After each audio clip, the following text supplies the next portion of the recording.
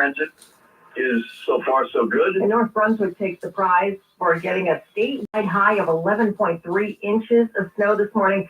Several communities have reported snowfall totals in the double digits, though Westwood and Hoboken got only 3 and 4 inches, respectively. Stick with 1010 winds at 92.3 FM for the latest on travel conditions today as clearing efforts continue. Also, today, a domestic dispute on Long Island ending with the suspect shot and killed by police. Suffolk police say several officers had answered a 911 call on Udall Road in Bayshore, where a all right. What else is good? A violent argument when one officer opened the front door. Get in there, buddy. Stabbed the officers with a knife, stabbing one cop several times in one arm. Suffolk Police Commissioner Robert Waring picking up the story from there. We can also attempt to stab in the chest and get in the chest, but fortunately, the knife did not penetrate through the officer's vest. All right. All this crime. Oh my God, so much crime. Yeah, all these people coming in here now. Crime. Oh, there we go. Let me just. Oh my God. So let me take a break from cleaning. Still cleaning that basement room. I put up the server rack on the other side now. Wow. And hello, Tasso. I hope you're doing well. And James Farley, I hope you're doing well. Hello, happy Saturday. I was going to be on earlier, but I took a nap. I was up all night cleaning the room in the basement. I'm still doing a lot of rearranging. Let me take a breath. All right. So I hope everybody's doing well. I was this close I'm thinking about not doing this. I said, it's you know, we had a little bit of snow. We didn't have that much snow here. Right now it's 35 degrees and mostly cloudy. It's already melting. I think we might have had about 2 inches of snow, maybe 3 early this morning, but now it's all melted. It's already melted because it's above freezing. So anytime you go above freezing, the snow starts melting. So, and of course, still last week we got that Super Bowl, and oh my God, we had that shooting in Kansas City. Super Bowl. It's like all this crazy stuff happened this week. There's a lot of stuff that happened this week. And I'm not gonna get into all that because that's I don't want to get into all that. Maybe later. I don't know. And hello, Chrissy. ¿Qué pasa, amigo? Hope you're doing well. And I'm just gonna wait a couple of people to get in. I saw a video that Jim posted, and I wanted to talk about that today because a lot of people, when they order online, people like to, what's going on here? I gotta clean that up. Wow. Still, I have a scab there now. I should have patched it up anyway. And I saw that he had got a boombox. He ordered a boombox from Walmart.com. Jim's radio check. And it arrived damaged. I'm gonna tell you that's gonna be that is not gonna be the exception anymore. It has happened to me quite a few times already where I ordered a package and it arrived kind of beat up. But I'm gonna tell you, it's not, even though ultimately the seller is responsible. So he's gonna get a refund for that most likely. All you guys is take pictures and he'll get a refund. That's not even going to be an issue. Because Walmart's pretty good with refund. That's why I order from places like Walmart or Amazon because and even eBay. eBay has a price protection thing. I had gotten several packages from eBay where the seller didn't know how to wrap a package, or he just used, I don't know, he probably used a box from the floor somewhere and just shoved just shipped it like that without no bubble wrap and that type of thing. And the thing arrived damaged. And but the best thing you can do now is when you have something like that happen, I'll use you. Right now I'm charging my smartphone. Take pictures of it right away. Before you even open the package, take pictures of the box already the way it arrived. If the package was broken already, you know, like I had packages I arrived, you could tell they were beat up, you know, whatever. You know, I saw the one that Jim posted, it was pretty horrible. Take pictures of it before you even open the box. And then, of course, assess the damage inside. And then also take pictures when you take it out the box. Always take pictures because, you know, pictures, well, I say a picture is worth more than 1,000 words. That is true.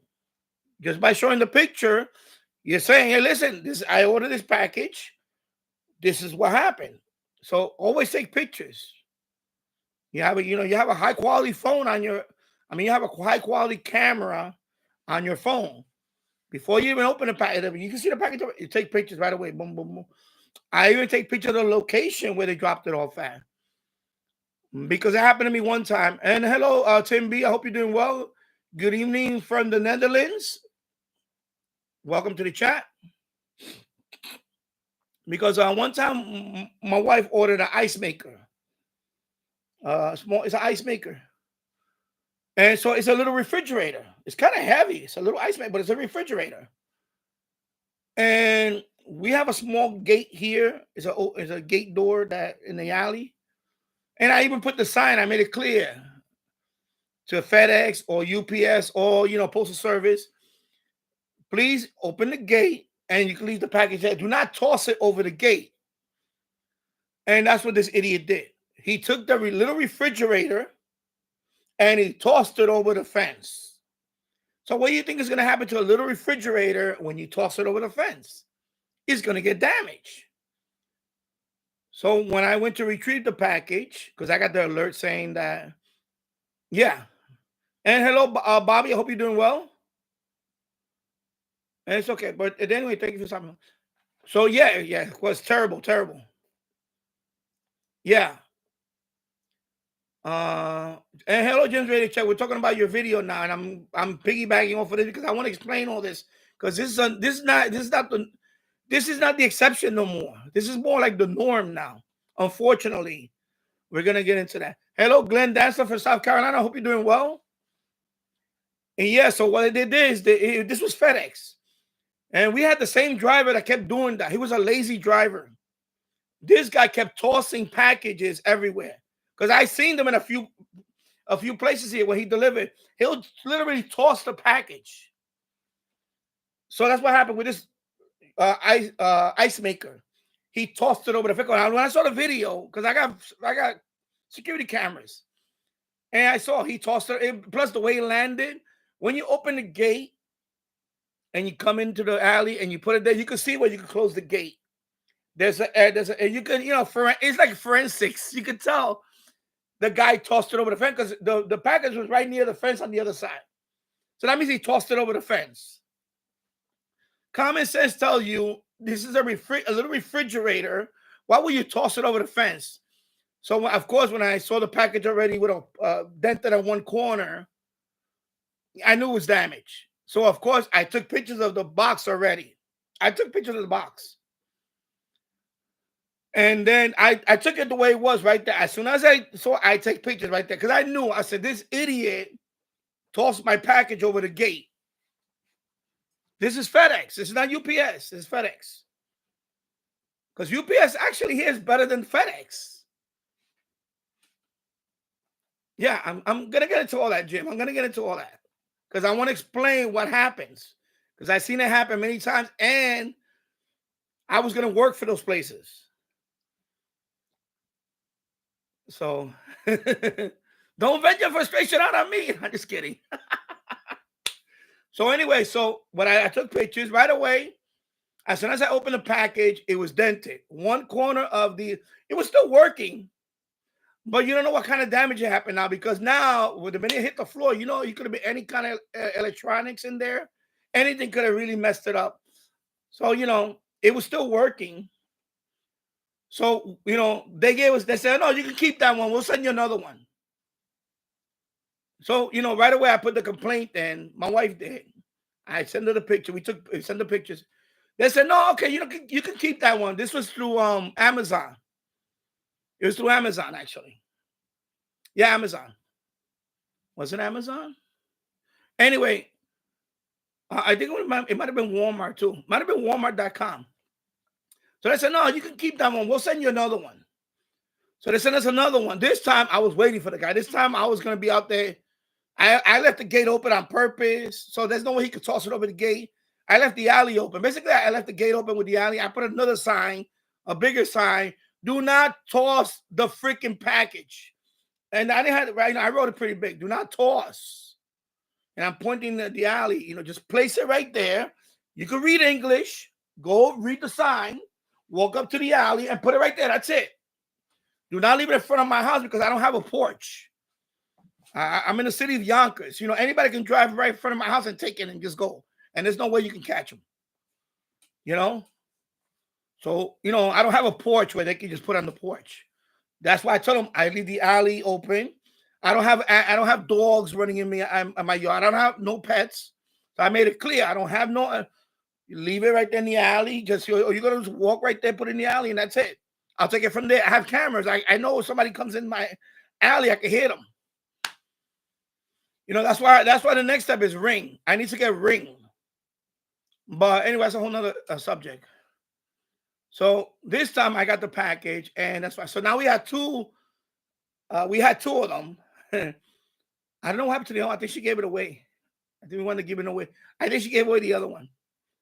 And that's it. That's how we handled it. But we took pictures. So here we go. So now, this is not the first time this happened. Okay. For example, Walmart.com. In our location, I guess a regional thing with Walmart. When you order from Walmart.com, if you look carefully, they have sellers in there. They're sellers. Like you can buy the SH Data radios inside Walmart.com. If you go to Walmart, any Walmart, you're not going to find SH Data radios on the shelf. You're not going to find them. But if you go to Walmart.com, you can buy SH Data radio through Walmart.com. I seen it. When I bought this radio, when I was shopping for this radio on Walmart.com, I saw SH Data D109, D808. I saw them in there. Not the newest one. The D608 is not there yet. But I saw SH Data radios in there. And the antenna. The, the AN, whatever, the real antenna. I saw it on Walmart.com. So they have an SH Data store inside Walmart.com. Very important. You got to understand that. Although Walmart is responsible and ultimately you'll get the refund from Walmart. However, what Walmart's going to do is they're going to contact the seller. They're going to say, okay, we're going to give Jim this refund, but we're going to take it from your seller account now. That's what all of them do. So when you order from Walmart.com, it's not Walmart that damaged your package. They're going to pay you anyway. In this case, from what the package looks like, I think UPS messed up your package. It was UPS fault. Because I seen packages, I seen many videos where the package was packed up in this condition. And by the time I arrived to the house, it was so beat up because they toss packages like nobody's business. If you do a search on UPS tossing packages, FedEx UPS packages, you're going to see some. I saw a video where the guy took a 42-inch TV and he literally tossed it over a fence, a short fence. He was carrying the TV instead of placing the TV right in front of it. But if he couldn't get it, just leave it right there. He tossed it over the fence. How are you going to toss a TV over a fence? And this was FedEx. Okay? And I'm going to tell you, unfortunately, you're going to have some people, and every profession is like that. You're going to have people that are not professional. They don't care. They just don't care. This driver that we had, this FedEx driver that we had, for months, he was notorious for throwing packages over. And we even confronted him. We said, listen. And my wife even saw about, he was about to talk. are you about to toss my package? He said, no. I said, well, you don't be tossing my packages over the fence. All you have to do is open the gate and put it right there. Why are you tossing my packages? And then I saw him do it again down the block. I was picking my son from school. The same driver. I had to call FedEx 3 separate times because I put complaints on him 3 times. The driver that kept tossing our packages from FedEx, it was the same guy. He was a younger guy. He used to always be on the phone yapping and, looking at his phone, yapping and bringing the package. He would be like, yeah, blah, blah, blah, blah, blah, blah, blah. That's what he would do. That's what he would do. So I had to call FedEx 3 separate times. He's gone. He's gone. I put 3 separate complaints, and the last one was a long one. I went off on anybody that picked up that phone. And I said, this guy should not be in your company. He's costing you a lot of money in terms of like you're getting complaint. I'm sure I'm not the only one that's complaining on this driver because first thing I do is I took the plate number. The drivers, he used the same van all the time. You got to know who so in Jim's case, you're gonna have to check the driver because this could be a pattern now. It could have been they call it the last mile. The last mile of delivery. It could have been on the driver. The package was in good condition. The ice maker. It was the last mile. It was the driver. But Jim, your package looked like it was in the warehouse. They tossed it around like crazy. Because you got to remember, it goes from one shipping place to another, like a regional thing. It's a whole bunch of places it goes through. And it gets beat up all along the way. It's going to get beat up. The package is going to get beat up all over the place. In my case, it was the last mile guy. The idiot kept tossing packages over. But sometimes, packages, so ultimately, Walmart is going to give you a refund. They're going to give you a refund or whatever. That's fine. But unfortunately, this is going to happen a lot more because we depend a lot on online shipping. Especially since the pandemic, it blew up. Nobody wants to go out there and buy stuff now. And a lot of stuff you can't buy in stores anyway. You have to order it. Okay? You have to order a lot of stuff now. There's stuff that you cannot find even in Home Depot. If I want to buy certain things, they don't even have them in the store now. They don't even have them in stock. A lot of stuff now you have to order online. So you have the mercy of a whole overworked, underpaid, because I'm going to say a lot of those jobs are underpaid. I was going to apply for, I applied for a couple of them, and I was about to take the job. And when I saw the video on the position, I said, I don't want to do this job. I wouldn't have lasted 2 months in that job. To be a handler, a package handler at FedEx or UPS or even Amazon, it's a backbreaking job. It's a high stress job. What I mean by that, you're going to be on your feet all day. You're going to get, imagine doing this, sorting all this stuff for 8 hours straight. Some of the packages are going to be 60 pounds or more. So you're going to be exhausted. They don't take that many breaks. A repetitive job, which is not good for, but that's a whole other thing to the Porch Pirates thing. I'm talking about the companies that are handling the packages. Okay, you're getting outside. You're getting into the neighborhood stuff, Chris. And hello, my brother DX. I hope you're doing well. Good evening. In this case, excuse me. In this case, I think it was UPS. When I saw Jim's package on the video, it looks like UPS really did a number on the package. I don't think the seller shipped the package like that. I think it was a lot better condition when the seller sent it out, because no seller would send it that bad unless you saw the package on like eBay. They usually have even if it's in the box. I think UPS really handled the package wrong across the way. Because I've seen videos on it, and I got packages worse than that, Jim. I remember I ordered a tape deck. I ordered, it was a Optimus, Radio Shack tape deck. It was a premium series tape deck. It was a good tape deck. Although he put in the video that it's not working properly. It was like $20. I took a chance on it because I figured maybe it was the rubber. There's a rubber that he put on it. He said it powers up. You can hear the motor, but the tape doesn't spin. So I said, okay.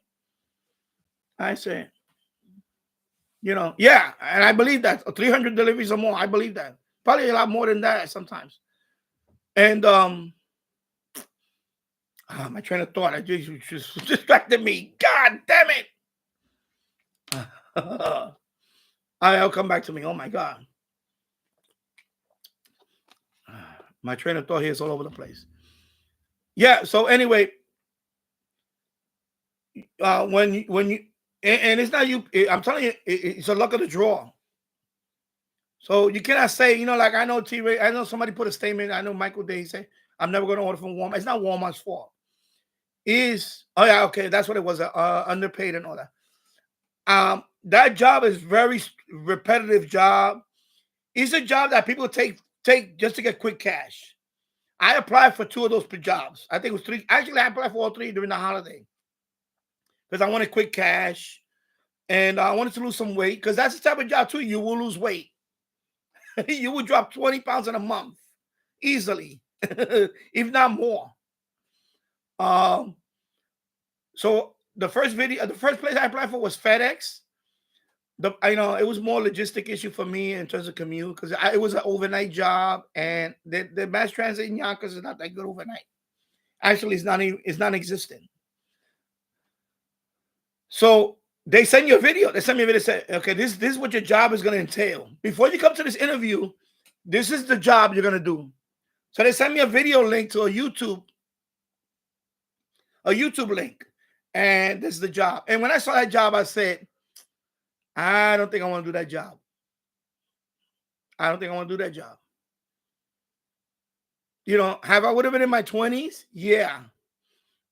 Maybe in my 30s? Yeah. Maybe in my 40s? Maybe when I was at my peak. At 57? No, I don't want to do that job now. Because I'll get hurt. You're going to get hurt a lot more. You're going to have the little injuries. You're going to have you can pinch your fingers. You could drop something on your foot.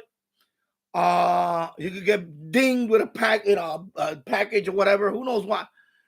Not to mention, you're gonna be on edge all day. You're gonna be doing a lot of scanning and sorting bins and all that. Not every package is gonna be this size.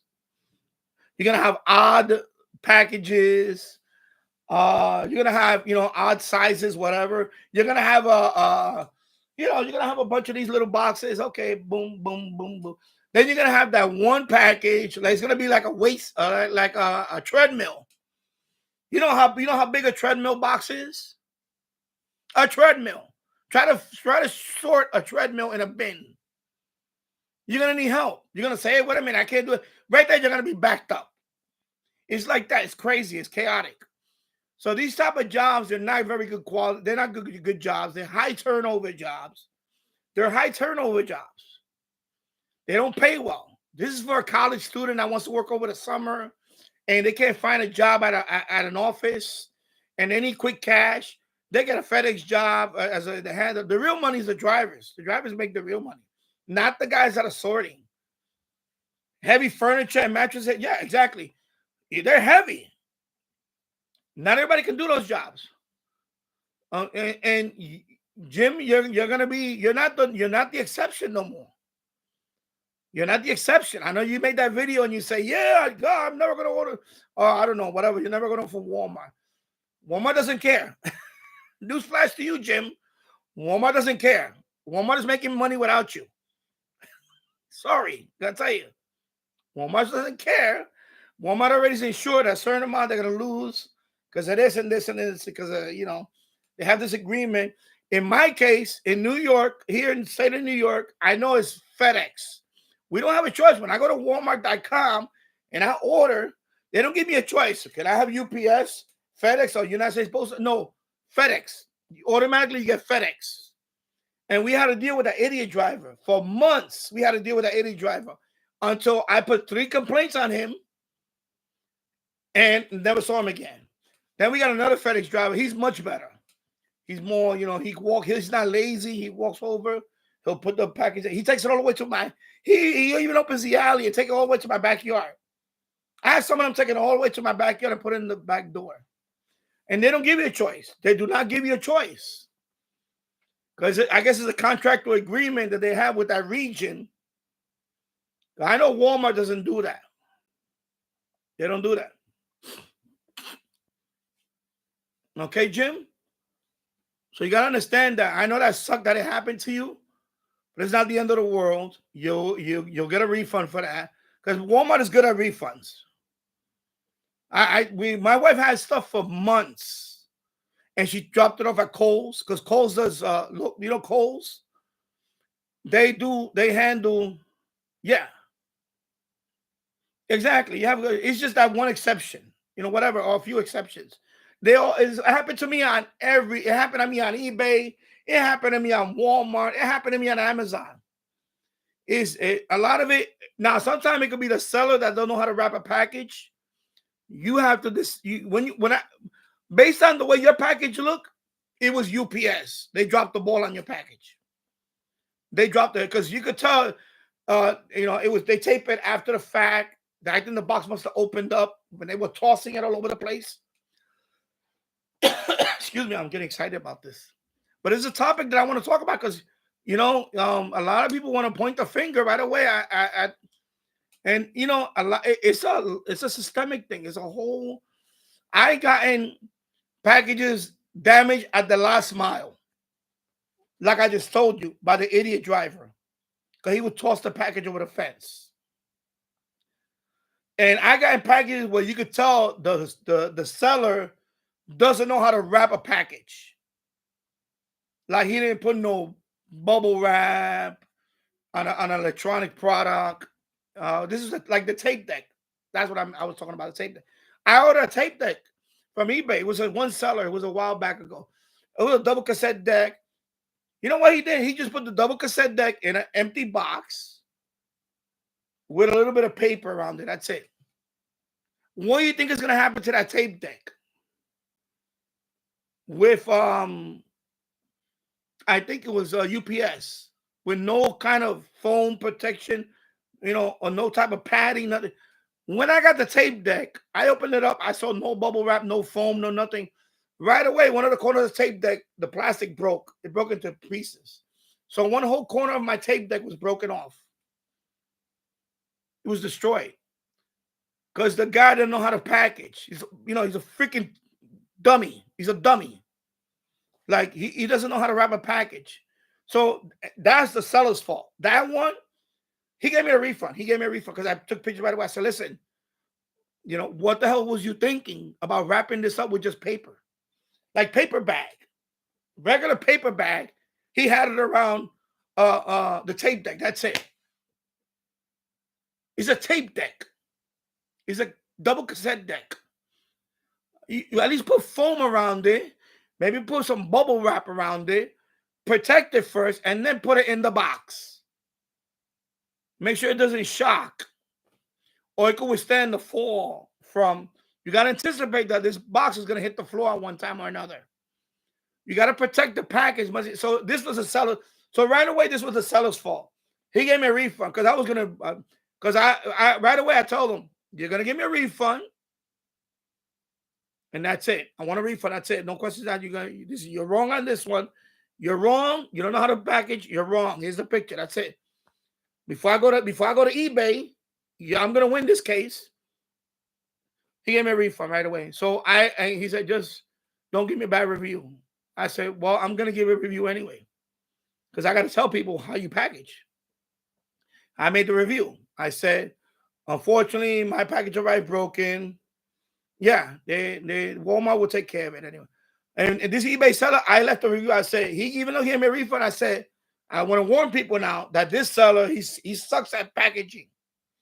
So I wrote, I ordered tape, I ordered the tape deck from this guy, whatever, I didn't, you know what I mean. Unfortunately, it arrived damaged, but he settled it with giving me a refund. So he didn't get a bad review, but he didn't get a good review. But I let people know that it arrived damaged. So now to be aware of this guy. This guy doesn't know how to package. I wouldn't buy from him. That's it. And I wouldn't buy from him again. Oh, thank you. Thank you, Jim. I wouldn't buy from him again. Now, is that eBay's fault? No, that's not eBay's fault. That's the seller's fault. Same thing with Walmart. That radio that you bought is a Chinese radio. The seller, you have to look at the seller first. If he doesn't know how to package. But I didn't see when you open the package. I didn't see that part. Because but from the outside, it looks like UPS is more to blame, because UPS, like, they're notorious for that stuff, for tossing packages over. If you go on just in YouTube, put UPS tossing packages, you're gonna see a montage of shit. Sorry, PG rating just went out the window. My bad. Sorry. You're gonna see that. You're gonna see that. FedEx, the same thing. Because you gotta understand, the people that work there, a lot of people are, the drivers that get the better job. The drivers, unless he's a real crappy driver, and you can report him. You can report the drivers. But I think in this case, if the driver didn't toss it over, but the package looks so beat up, it was during the process. It had to be during the process. So that it could have been from the last warehouse it was in, or it could have originated from in between, whatever. So this is more of a shipping issue. And then that's the blame is going to be UPS. But Walmart's still going to give you the money anyway, but it's just UPS. So, because I know Michael put a statement, I would never order from Walmart again. That's not fair to Walmart. You're not being fair to Walmart.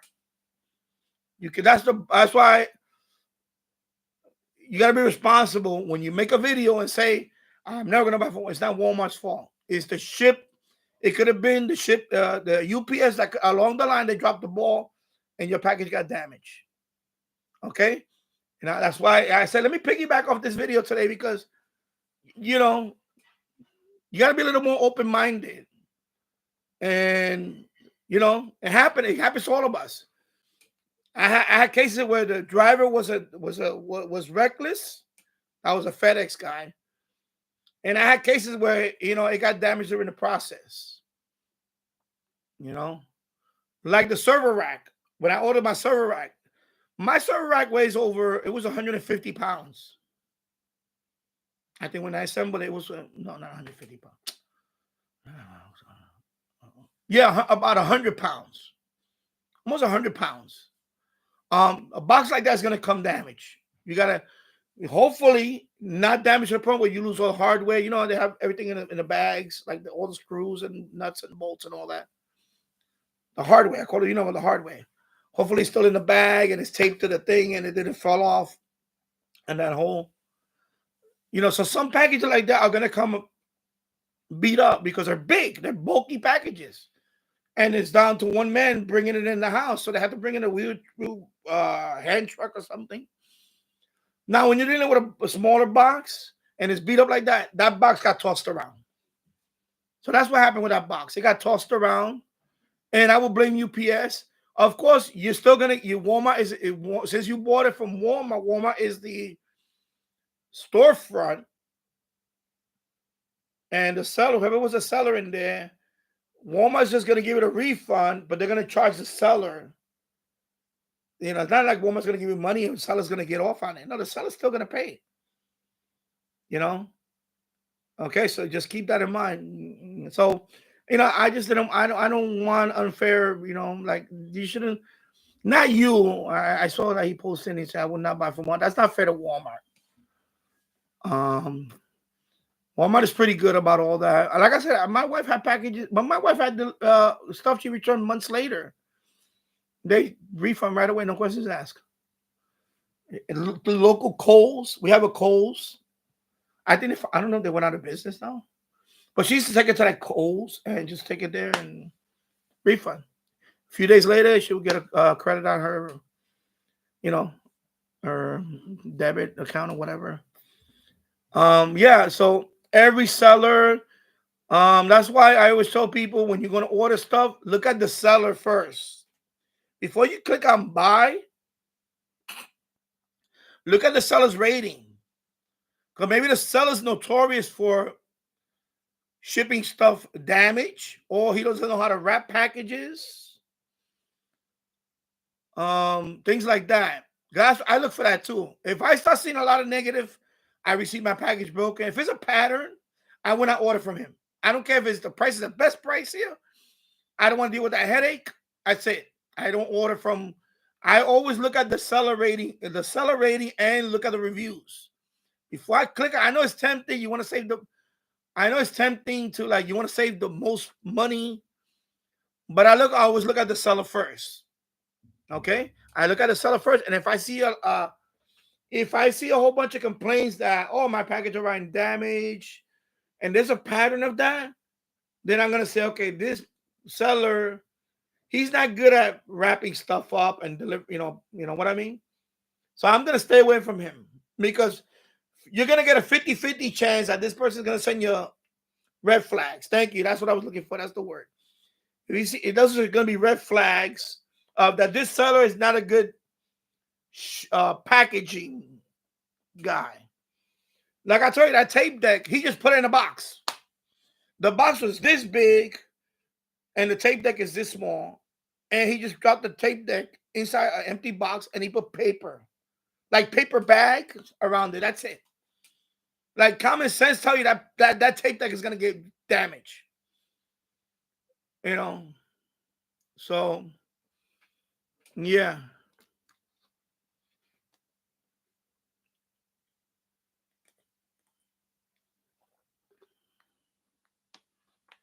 I know, but I got boxes like that too. Oh yeah, I know what you're saying. Yeah, sometimes they do that too, and that's not. They don't understand that you're a collector or you're trying to resell it. The seller doesn't care about that stuff sometimes. Yeah. I wouldn't buy from the seller. I know what you're saying. That, for example, I don't have a box here. This radio, for example, Walmart sent me. Oh no, they had inside another box. Walmart sent me this radio, right? The box. It had a big sticker right on the box. So when I want to do an unboxing video, it had a big label right on the box. I still have the box, but they put a freaking label right on the box. And I hate that. But you know what? It is what it is. And that's unfortunate that it was Walmart. So that's more of a niche type thing. I don't want to say niche. I understand what you're saying about that because I hate when they do that too. That's like they're letting the world know, hey, there's a radio right here. Anybody wants a radio, you just take it. Put the radio box in another box. I know what you're saying. Because originally when they ship the radios, they usually have the radio box inside a bigger box. And then that goes in a container. I get. That's a pet peeve. That is true. I get that pet peeve. I hate when they send me the ice. No, the ice maker was inside a box. The ice maker box was inside another box. So that was not. I know what you mean. I hate when they send me this radio was in the original box and they ship it to you. It should be inside another box. That really, because they damage the box. I get, because sometimes if you want to resell in the future, because I have boxes in the basement that are in pristine condition. So if I were to resell the radio, the box is in mint condition. So I know what you mean. Now that is that's a seller. So that may not be Walmart. That radio is not. I don't think Walmart sells you that radio directly. A lot of things that Walmart sells on Walmart.com is not Walmart directly from Walmart. Yeah, but even Amazon has happened. It just depends on the seller. Is the seller? The seller. I'm gonna look up that radio on Walmart. I want to see who the seller is. Is the seller, because he's the one that's gonna drop ship. Remember, this drop shipping. Walmart is just a storefront. Okay. So, for example, SH Data. The SH Data has a store inside Walmart.com. So if I order my SH Data radio through Walmart,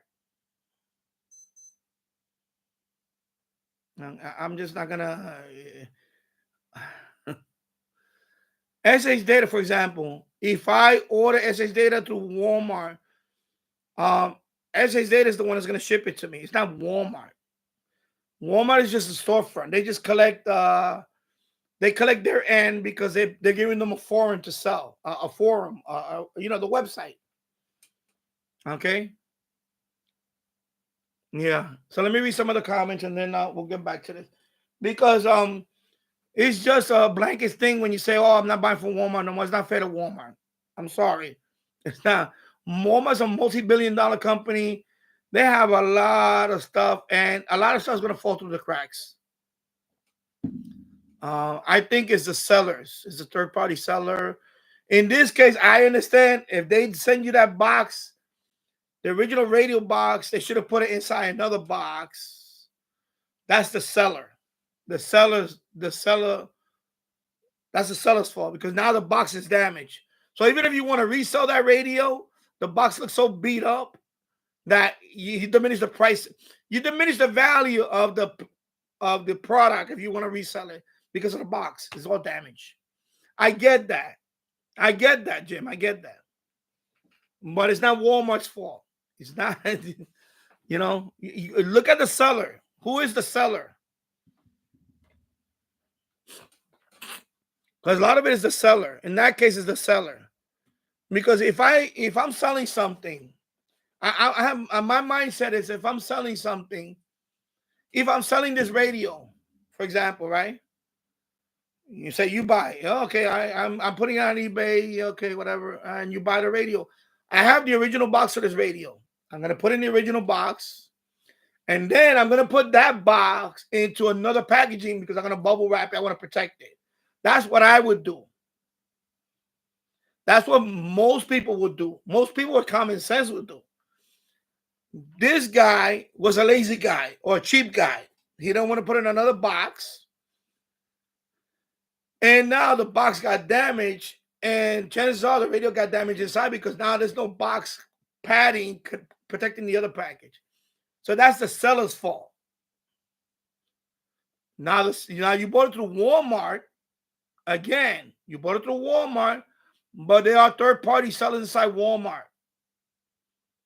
So you got to give the rating to the seller. So Jim, I was you. Whoever the seller is, you're going to make a complaint on the seller. You're going to put the rating saying that this seller, he should have put the radio box inside another box, because now the resale value of this box, he should have never shipped it out with the original box. Put the radio in the original box and put it inside another protective box. And he didn't do that. So that's the seller's fault. Of course, Walmart is the middleman. Walmart's going to refund you anyway. But the rating is with the seller. So you're going to write a nice bad review on the seller because he fucked up. Oh, sorry, PG rating out the window. So the seller fucked up. He messed up. I didn't realize that. Yeah, the original box. Yeah, that's the seller. Now, of course, the box got damaged during UPS, but the box would have been inside another box, the outer box would have got messed up. And the original box of the radio would have still been okay. It would have still in pristine condition. So that's the seller's fault. Okay. And I hate when that happens to me. I don't know what it was that I bought that they sent me to me in the box directly instead of putting it inside another box. And that pissed me off. I was like, why you do that?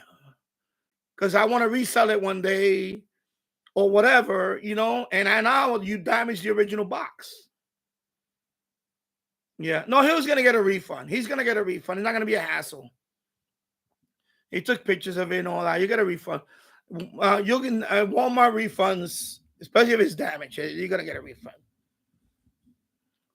All right, so let me read some of the comments and then I'll come back. That 44 minutes in the books, 9 people watching, 4 likes. Thank you for watching. Show one number 101. I'm on the other side of 100 now. Let me put all my links page up first. Let me go over here. All my social media is here. I'm gonna put the link, and you can follow me on Rumble. You can follow me. Eventually I'm gonna be doing some. Eventually, of course, you can follow me on X or Twitter. Of course, I got a Facebook group in there. I got a private Facebook group. I got a like page on Facebook. I have other channels in there. If you're interested, I'm gonna do a retro gaming stream sometime during the week. I may do a stream in the basement soon. I'm almost done with at least cleaning that room up a little bit. I ordered some tiles from Temu, or some rubber flooring tiles temporarily because I ripped out all the. Anyway, Tasso, you seen the video. The last part I had to rip out. So now I moved the server rack to the other side of the room. I'm almost done. I'm gonna finish up tonight and tomorrow, and then I may do my next live stream from there. Who knows? From the basement, and give it a different look. I hooked up a couple of receivers. You saw my last short video. I hooked up my San GNT HCD1 AM/FM HD radio tuner. I hooked up the tuner to a Yamaha stereo receiver, and I got that station from all the way up in Poughkeepsie. So it's about 57 miles. I forgot what it is. WPDH, something like that. I'm using my TV antenna, the one that's on the roof. I hooked it up straight to the tuner, AZ tuner. So I gotta, it's not super duper FMDX like Keegan, but 57 miles away up there. That's a nice little haul for FM signal in the middle of the winter. So eventually I'm gonna order a new one. When of course I went over the threshold. Thank you for the some of the donations recently. So I'm hoping that I think it's gonna be in March when I'll get this next payment. So I don't know what I'm gonna do. I was thinking about ordering that antenna, a periodic antenna, to start doing some FMDXing, or TV antenna, or I really don't want to order another receiver, but I'm looking into that TEF 6686. But I saw another review on it recently. Kevin O'Reilly Kevin O'Reilly has a nice YouTube channel. He's from Ireland. He's a good guy. I'm subscribed to his channel too. He made a review on it recently, the TEF 6686, and he was not thrilled about a few things about it. Its strength is FM. I know T-Radio 72 says that same thing. Everybody likes the FM portion of that radio. So I have to wait and see what I want to do. I want to spend it wisely. I just don't want to, because it's not like I earn it every week. It takes every few months to earn that threshold. All right, so let me read somebody in the comment. Go down here and let me go down here. So yeah, that's crazy. Jim's ready to check. Hi, Danny. That's how Amazon shipped the Eton 750. So Amazon, their sellers are doing that. Then I wouldn't order. Then I wouldn't order certain products from. That's a seller. I think that's because my 750 was inside another box. My 750 came from Amazon. My wife ordered it for me. That was my present. She bought it for me on Amazon, and I didn't. The original box wasn't another box. It was not like that. But that's the seller. Whoever that seller was, did that. I hate when that happens. But I agree that they should not do that. They shouldn't, because for example, when the manufacturer makes those radios and they send it to a retail place, it's most likely it's going to be a whole bunch of them in a big box. So why can't they do the same for individual seller? But in that case, I think it's just the seller being dumb because people don't understand, and some of them don't understand that. Probably a mom and pop place where we're trying to sell the radio. They don't understand that sometimes this, like we know, like this community and a lot of other communities, we know that the box is just as important to resell it than it is without the box. You can actually, you might get a few more dollars depending on the product, you know? So I understand that. Like we understand the community, but a lot of people, Jim, you're dealing with common sense. And a lot of people don't have common sense. It's just you know? It's like I have the original box for this radio, you know, like this radio. And they put this radio in the box inside in another. Cheek Radio did a good job at that. But some sellers don't do that. I don't know, you know. I think this is they just dropped the ball on. They should have really put that box inside another box, protect the box, and we wouldn't be talking about this right now because you gave me a topic to talk about today. It's unfortunate, but that's in that case the seller really messed up. It's a seller, and I will give him a shitty review. I will give him the shittiest review I can give him for that. The PG rating's out the door already, less than an hour. Sorry. Let me go down here. So you guys talking about yourself. Not only did that they didn't put it in an additional box so everybody could see you. That's another thing I hate. Exactly. I don't want people to see my product. You know?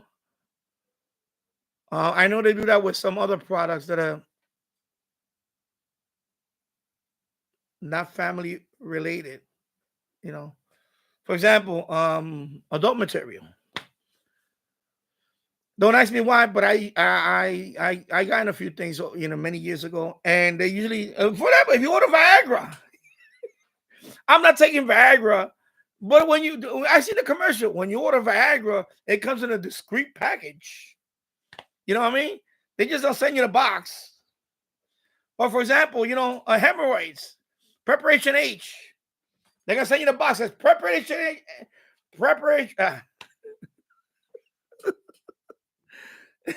Preparation H. Here's the box. Because your butthole is on fire. Here you go. No, they put it in another box. You know?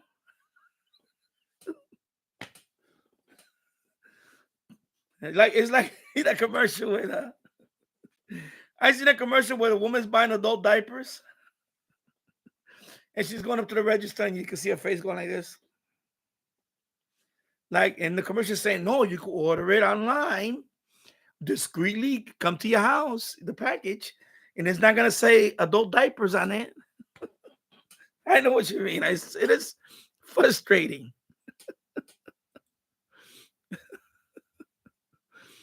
Yeah, I got that. I got the Cola Guard. You know, I have it. I haven't done it yet, but I have it. It's in a box. It's right here. I'll show you. I'll show you. I'm not joking. It's right here. It's right here. It's still right here in the box. Look. See?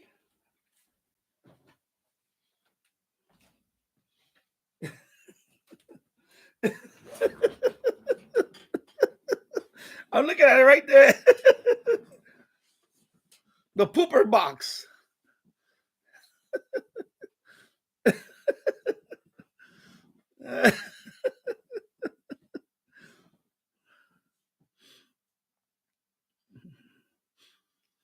Oh my God. No, what happened was, it's a long story. I didn't forget. I don't want to throw somebody under the bus.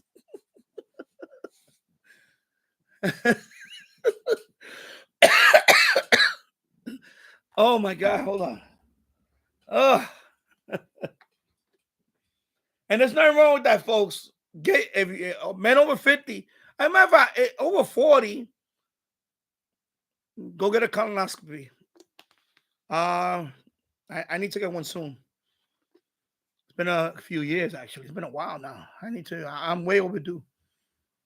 I prefer colonoscopy. I prefer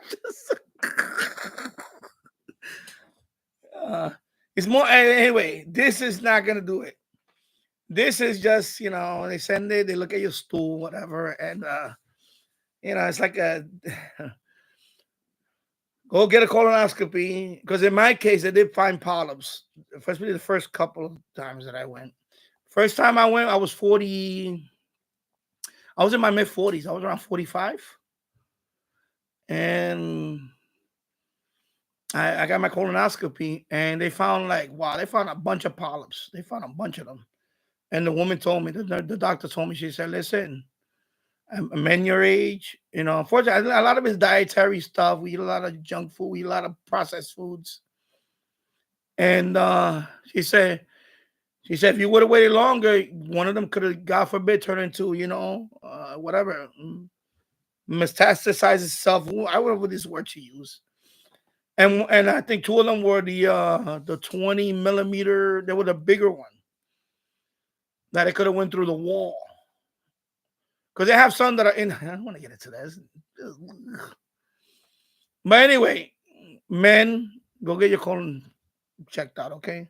It's one of the most curable cancers that we have, colon cancer. If you get it early, it's very, high, very cure. If you wait and so yeah, go get it. All right, I'm 57 now, so I had 3. I should have more. I should do this every. They say you do it every 5 years, or if you're high risk, every 3 years. But yeah, so I'm way overdue. It's been 7 years now, at least 7, no, 8 years. So I'm gonna do it this year. I have to do it this year. I've waited too long already. I have to do it this year. I will do. So please get your colon checked out, and also your prostate. These are very preventable. So no shame in that. No shame in that. Oh, no shame in that. I know it kind of sucks the night before. You gotta drink that. My case was Gatorade with Miralax, and then they gave me what else? I had to take stool softener first. I think it was Seneca. I forgot which one it was. The pills I was taking, but most of it was Gatorade, and I also took magnesium. Is it magnesium citrate? What is it called? It's nothing. I call that Roto-Rooter. That thing will clean out because you gotta keep going to the bathroom until it'll come out clear. Yeah. And so that's what I did. I cleaned out my system. How's he gonna get rid of all that junk that's in there? I think I lost 5 pounds the first couple, the next couple of days, right there. Just 5 pounds of gunk that was in my colon. I felt more energized right away after that because that stuff makes you sluggish. Anyway, and we're talking into yeah, in my case, I did Gatorade because they gave me Miralax. It's Miralax. You mix it. So I just I did Gatorade. The regular Gatorade, not the red one, I used the regular Gatorade with that, and I just chugged it down. Filled it in a pitcher, and I kept drinking it and I was up almost all night, until nothing but water, until it's clear. And then, of course, I took magnesium citrate. Yeah, Pulgante, yeah, magnesium citrate. In my family, I was the first one. In my family, I was the first one. I encouraged my brother. My brother's done it. And they found a bunch. And he said, thank you. I said, yeah. I said, no, you need to do it. Because problem is, it starts at around 40. I was going to read comments, but, I'll talk about it for a few minutes. I think it's important. Very important. It started around 40. When I would go to the bathroom, I noticed there was a little blood. Little blood would, But some of it is, I know what it is later on. Some of it is hemorrhoids. You start getting them when you're older. Some, men and women is no, as I know people don't want to talk about it. It's a fact. We all get hemorrhoids. When you're young, it's different. It has to do with the blood pooling in that area. Okay? When I went in the books and we're talking about hemorrhoids. So as you get older, the blood pools in those areas. And that is so you got to be careful because some of that is because the blood and the thing is it could be hemorrhoids. And I ever figured that out. And I figured that out. It was that because I looked it up. And then the doctor told me, no, it's not that. It's not. I go regularly. It's not that. It's just that it's just as you get older, when men get older, and women too. And women can happen earlier. It can happen when they're pregnant, having a baby, because it can happen. Hemorrhoids can happen to everybody. Everybody's gonna get hemorrhoids. When you want to talk about it, that's fine. Hey, I have them. We all have them. I have them. Okay. Right now, I can sit here comfortable. I'm okay. Okay, it's not that bad. And there's relief for all that. A lot of it is, there's, medicated pads and all that stuff for that stuff. No shame in my game here, bro. Ain't no shame in my game. But as we get older, that's what it is. So, that was a warning sign for me. So I thought it was colon cancer because I heard that if you get blood in your stool, it's a sign of colon cancer. So I had a real precaution. I said, no, I'm going to go get it checked out. So, okay, no, we're going to give you a colonoscopy. And when they did a colonoscopy, they found polyps, but they were all benign. Never had colon cancer. So I was like, whoosh, okay. But you also have hemorrhoids. I saw a couple of, because you can get hemorrhoids inside and outside the region. There's two types of hemorrhoids. That causes bleeding too. So a lot of people, when they go and they see blood, they panic. Oh my God, it's a colon cancer. No. It could be hemorrhoids. So that is my case. That too. I have no shame here, bro. It's serious talk right now.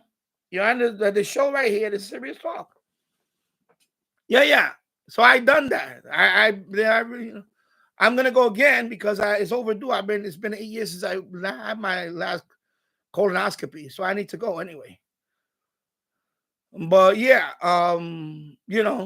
but that's what it is. It's I don't need to get a band procedure. I just need to lose weight like that. I don't. Now you're diagnosing me for other stuff, Dr. Chris. Yeah. Okay, Jim. So Jim says, take it from me. I ignored my prostate for years and I ended up having the prostate surgery. Yeah. No, my so far, now that's another thing. When I go to when I urinate, I don't have pain. I don't have burning. I don't have anything like that. So I think my prostate is okay right now. I had it checked a year ago. That I had checked. I had, because they do the blood test and the blood test tells you if you have your PSA. Well, my blood work I did a year ago. I was fine. The only thing on my blood work that I had to take care of is that I have my triglycerides are high, and that is because of my diet, and unfortunately the beer. Thinking for me is the beer. I need to cut down on the beer and things like that, and soda. I need to get rid of that. That's a hard one. Start drinking soda. That's a hard one. I need to beat that one. The soda is very bad because I drink soda every day. I have soda every day, literally every day. Chuletas, yeah, I have some. Yeah, chuletas too, chuletas, but I don't have them all the time. I cut down on. I have cut down on that. Pork. I cut down. I eat a lot more chicken. I know, and also mostly Coca-Cola. That's my soda of choice, and Sprite. Unfortunately, what happened to me is sedentary. My particular thing is a sedentary lifestyle. That's why I got this standing desk. I sit down a lot now. I do a lot of computer stuff. I not only have this channel, I have other channels. I have websites that I run. I do a lot of stuff online. I have stuff that I do a lot of stuff. I'm a stay-at-home dad now. That's another thing. I don't like drink. I used to drink root beer when I was a kid. I don't drink root beer. I don't like that. I'm not going to drink it now. So my thing is, I need to, like, for example, I need to get up and walk more and maybe start exercising. Like, and I plan to do that more. And I have to cut down on something. There's some things I cut down a lot on sweets. I don't eat cake. I don't eat all that stuff as I used to. I cut down a lot on the bread. That's a big one, the bread. I cut down. Unfortunately, the pasta one I haven't cut down on. I need to cut down on pasta. Pasta is a big one. Cut down on pasta. Pasta is my A1C was borderline. It was my A1C was borderline, but I need to cut. There's something I need to cut down. When my blood says my A1C was right there. Yeah, a lot of it's because that's the bread and pasta. They're notorious for that stuff. I don't eat cold cereal anymore. I rarely eat cold cereal with milk, like for my son, and my son eats cereal. All right, let me go back up here and yeah. Let me read some of the comments over here. Oh, let me pin this comment now that it's right here. All my links page. Follow all my social media. 11 people watching, 8 likes, thank you. 1 hour and 6 minutes in the books. And let me go back up here. I'm trying to catch up on the chat.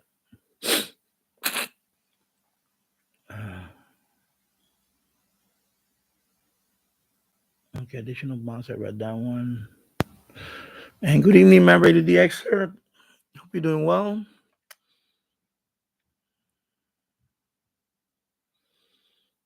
All right, Tazo says, I hate when I get something that is visible, and you can see what it is. Scratch my head. Okay. What did I say? Okay, so yeah, okay. So now it's all right, so I'm over here. Okay, I'm up to here. Chris C. Not to mention the porch piracy near your package. Fortunately for me, so far so good. Knock on wood. Here in Yonkers, right here, we don't have that issue. This block is pretty quiet. Of course, some of it's because of me. I call on people. I don't care. I don't want no hanging out up here. I live in a dead end street. This is okay. I also have a sign in front of my door. Any packages, please put them in the alley where they're not visible. If they put the package in the alley, it's not visible for people driving up and down the street. Because I don't have a porch. It's just a brownstone. And the door's right there. And you're outside the sidewalk. That's it. So I told my delivery people, do not leave the package here. Please put it in the alley. And 99% of the time they comply. Sometimes 1% of the guy he reads the sign, but he still leaves the package right in front of my door. And I hate that. But so far, so good. So that's not an issue for me so far with the porch pirates. Chrissy, I know a guy that works for FedEx, and they're expected to do 300 delivery. Yeah, yeah. That's Cause remember now we're in a high volume. Even before the pandemic, but definitely the pandemic took it to another level, and now it's the norm. A lot of brick and mortar stores are closing shop. A lot of it because of people going in and stealing stuff now. Unfortunately, because a lot of it is because of I hate to say it, is leaders. Our leaders are failing us. When somebody can go in there and shoplift $1,000 worth of merchandise and there's no repercussions, and they're not going to go to prison or they're not going to go to jail for an extended period of time. They're going to be released within a couple of hours. There's no repercussions. So a lot of these brick and mortar stores, they're closing up shop. They're losing money. So, we're now depending more on online delivery than ever in our lifetime. because I haven't been to New York City in over a year, at least. When my wife and I, well, you know, she drove into the city. We went in the city like that over a year or so. We drove into Queens, and I would not want to go in the city now. I would not want to go in the city. I have no, you know, I really don't want to go in the city now. It's just too crazy. But you know, and I just wouldn't. It's unfortunate. The leadership failed. And it's just crazy now. And when you got stores putting everything behind the glass, even everyday products, it's disgraceful. And more people don't feel safe shopping either. I mean, we already had a couple of instances where we had a shooting in Times Square. Young kid, 15 years old. He got arrested here in Yonkers. He was staying at a shelter in Manhattan by Times Square. So he decided he wanted to go steal it was a sporting goods store in Times Square. So he was trying to walk out with something. Security guard tried to say, "Listen, what's your receipt?" And before you know it, he pulled out a gun on her and tried to shoot the security guard. Missed her, hit an innocent bystander. It was a shopper. She was from Brazil. She got grazed in the leg. He got away. He got chased by police. He shot up the police too. Brazen. 15 years old. And a few days later, he got caught up here in Yonkers. I guess he had family up here in Yonkers. And my thing is, why are you staying in a shelter in Manhattan if you got family in Yonkers? Right? He had a place to stay, but he's milking the system and saying that he's homeless. When he committed that crime, he had a place to stay. He was staying here in Yonkers. And you watch that video that he's getting, he's in handcuffs, and U.S. Marshals and all that. They arresting him. They're taking him in the car. You can see his mother. I guess that was his mother crying. "Oh, my son! Pobre! Ay, Dios mío! Oh!" Yeah, he's such a good boy. He couldn't live with you at home. You know? Yeah, you see, they're using the system. So how are you going to feel safe you going into the city shopping when everyday occurrence, people are snatching phones, snatching grab, and now shootings? We had a shooting in Mount Eden, a couple of stops away from where I used to live at, in the Bronx. That 4 line, I used to take that 4 line all the time. I could have been on that train 12 years ago. 12 years ago when I used to live down there. I could have been on that train when that shooting happened. The one in Mount Eden on the 4 line. It's not safe now. So of course people are going to shop online more. I don't want to be in those stores now. They're going out of business. You know? It's unfortunate. Don't get me started on New York City and what happened yesterday and whatever. It's just, in New York State, it's that's what happened when you make a sanctuary city, a sanctuary state. Now you're bringing all the low life in here, because then I hate to say it, I know I'm gonna sound you sound like Trump. They're not bringing their best. Okay, Venezuela's not. Most of the people this guy did Maduro probably say, he opened up the prison. He said, "Listen, all you criminals that are in my prison, I'm going to give you a choice. You're going to leave my country now, and you're going to be a free man in this country, but you're not going to live in my country. Go walk up north and go to the United States." And that's what happened. Now we got the finest people from over there here. I mean it sarcastically, of course. We're getting the best of them. We're getting the physicists and the doctors and the lawyers and all that. Yeah, we're getting the best of here. And you notice that all of them, they're young. They're like 20 in the teens. They're all criminals. Organized. They're all a gang. MS-13, like. Forget about MS-13. There's another gang now. It's a whole other, And this is why shopping is not safe no more. People, I don't want to go shopping no more. When my wife and I go shopping, we go all the way up there to Monroe County, all the way up there. Well, it's still safe up there. It's still safe up there. It's still safe. When we was last time we was up there, I think it was last time, they arrested somebody for shoplifting. They actually arrested somebody up there. Up there, they don't play. Up there, you try to do that shit up there, they'll lock you up there. You know, not here. New York City, I don't care. Up there, she was in cuffs, put in the car. I said, it happens up there, but up there they get locked up. Up there, you can still go to the aisle and grab stuff. It's not everything is not behind a glass, like here. You know, exactly. Meridius. Fidel did the same thing in 1980. He did the same thing. He opened up the jails. He said, all you Cuban, but I'm gonna give you one chance. Get the hell out of my country. Leave now. And they left. They say, okay.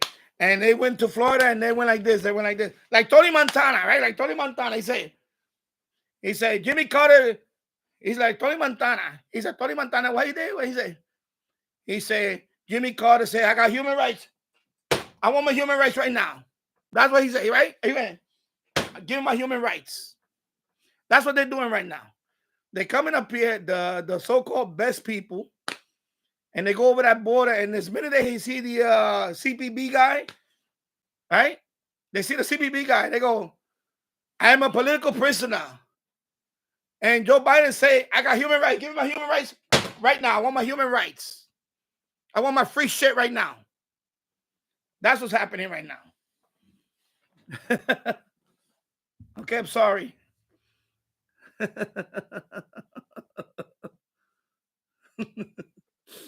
I'm telling you, that's what's happening. Yeah, I know she's crying like a telenovela.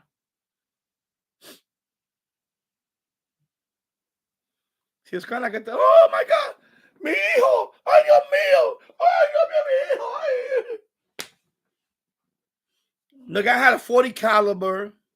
Why the hell do you get a 40 caliber pistol when you're getting debit cards to buy food? Explain that to me. A 40 caliber.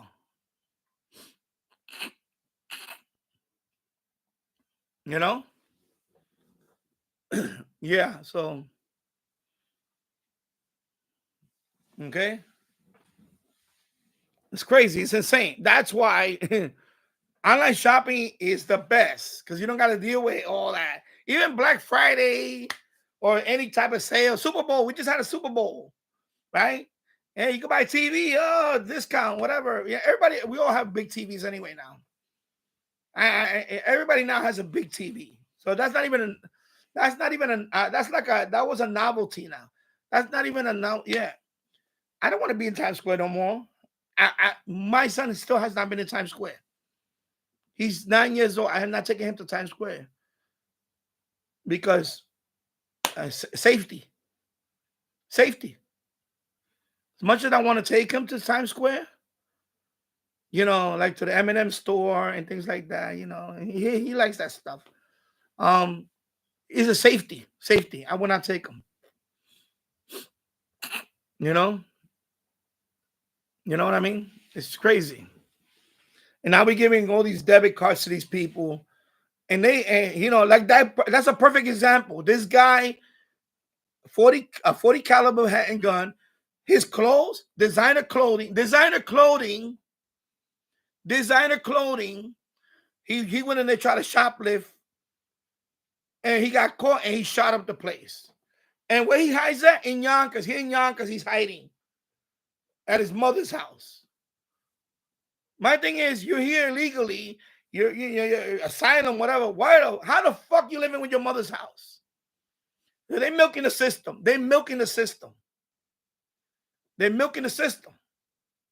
Okay? He got caught in his mother's house, or whoever was screaming like a banshee. ¡Ay, Dios mío! ¡Ay, Dios mío! You know, poor boy, he shot at police. You know, If I were to, if I did the same thing, I'd be under the jail right now.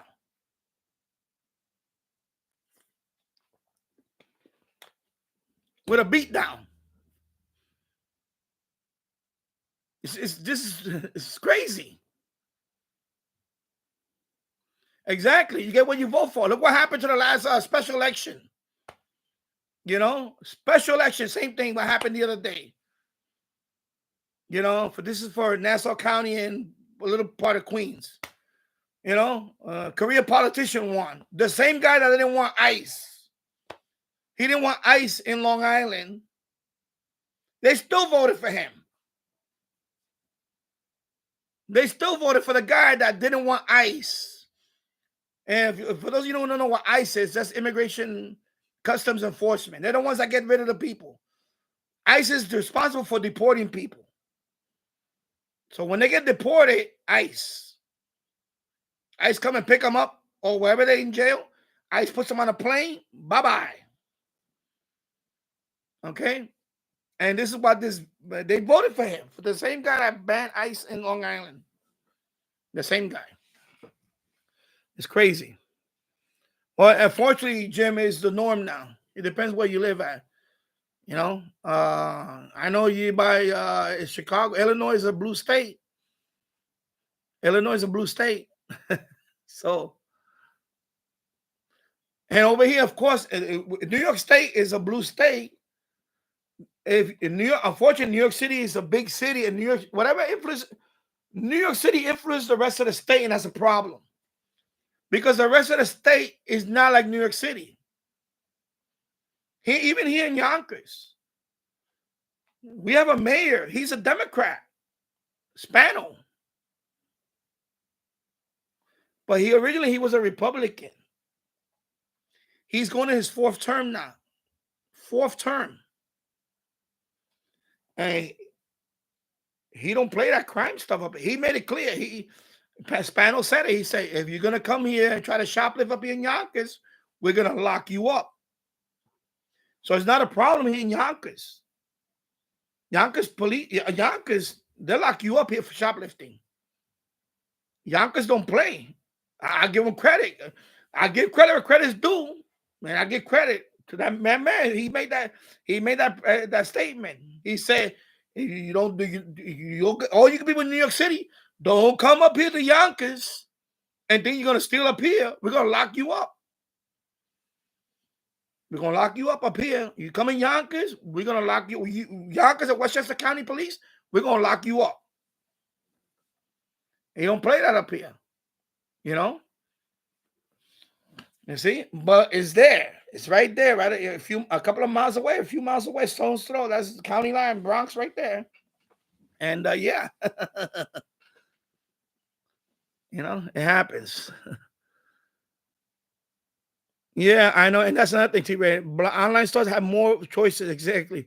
Because some of it is cost of inventory. Because even when I go to Home Depot, half of the stuff I can't find at Home Depot no more. I go to Lowe's, same thing. Even Walmart. Some things you're just going to have to order it online.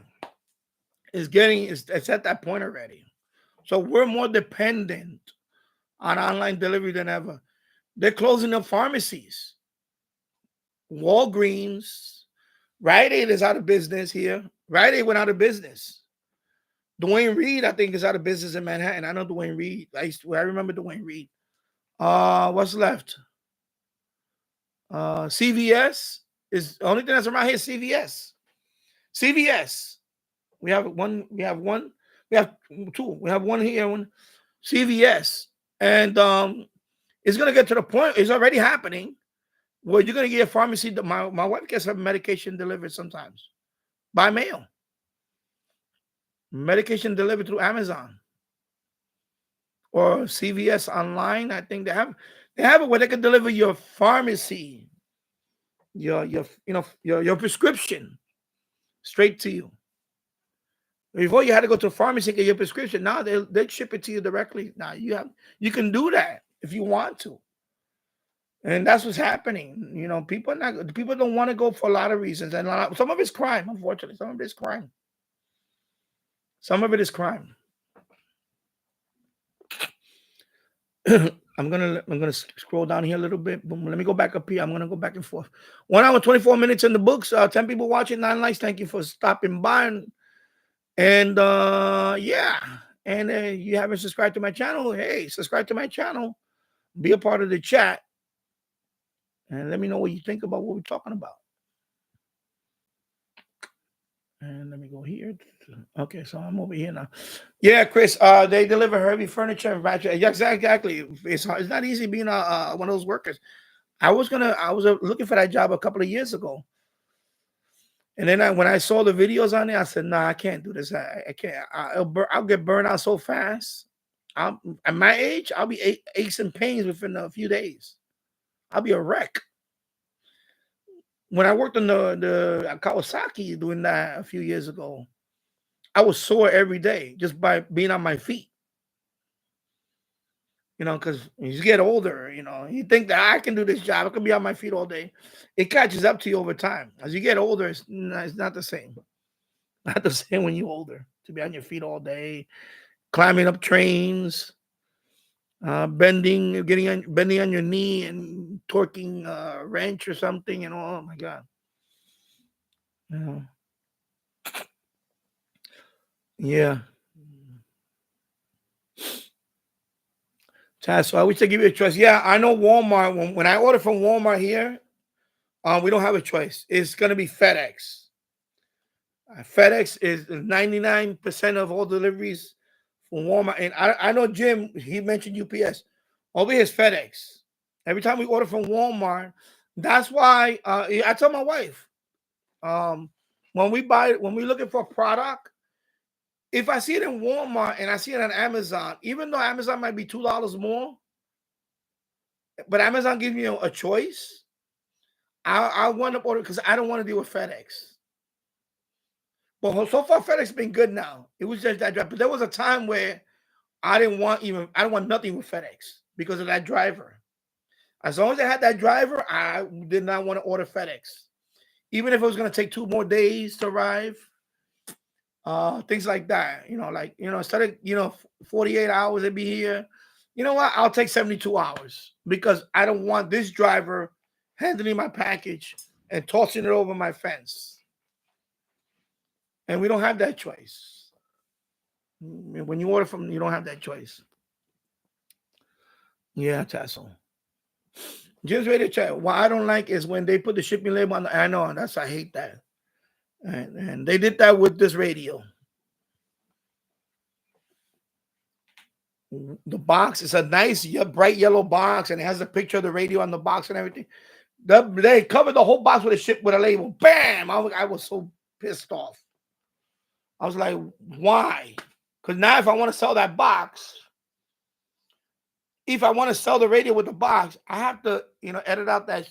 I'm going to have to peel that label and it's going to rip the box. So they ruined the box, to present the, what I mean? I hate that. I do hate that.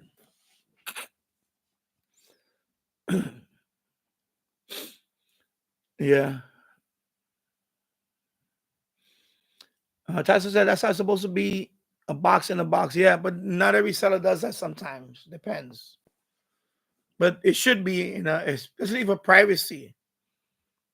For example, like when you mentioned a porch pirate, if they were to put a box of a nice radio, like that boom box, people are gonna say, "Oh my God, hey, that's a boom box. Hey, yo, let's take it. Let's take the boom box." Now if you put it inside another box, people don't know what it is, and they think it's adult diapers or something. They won't bother you. But when they see that box and there's a little boom box, and they're gonna say, "Hey, man, I need a boom box. Let's go. Let's stash this one." Now, if you put it inside a hidden box, they don't know what it is. And they say, "Yeah, that's that old guy that lives there. That's probably his adult diapers." I'm not saying you, Jim. I'm just saying, like the porch pirate.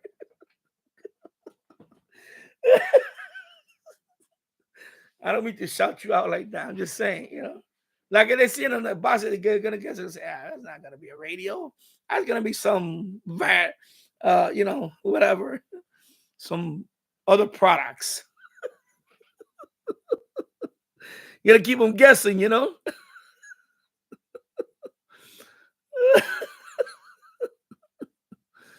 Yeah, companies are leaving ghettos. I'm going back and forth, so I don't want you to think I'm ignoring people. I'm just going back and forth. Two Broke Tim said, Danny, the Air Force wants you. Yeah, I don't want the Air Force now. Too late for that. There was a time where I wanted to go back, but that window left a long time ago. That window left before 9/11. Let's put it that way. That's how long ago it was. And one time I did want to go back to the military. And I reached out to them. I reached out to the National Guard and all that. And they said, no, we don't want, you're too old right now for our standards. I was like, I was in my 30s. I was like 34 or whatever.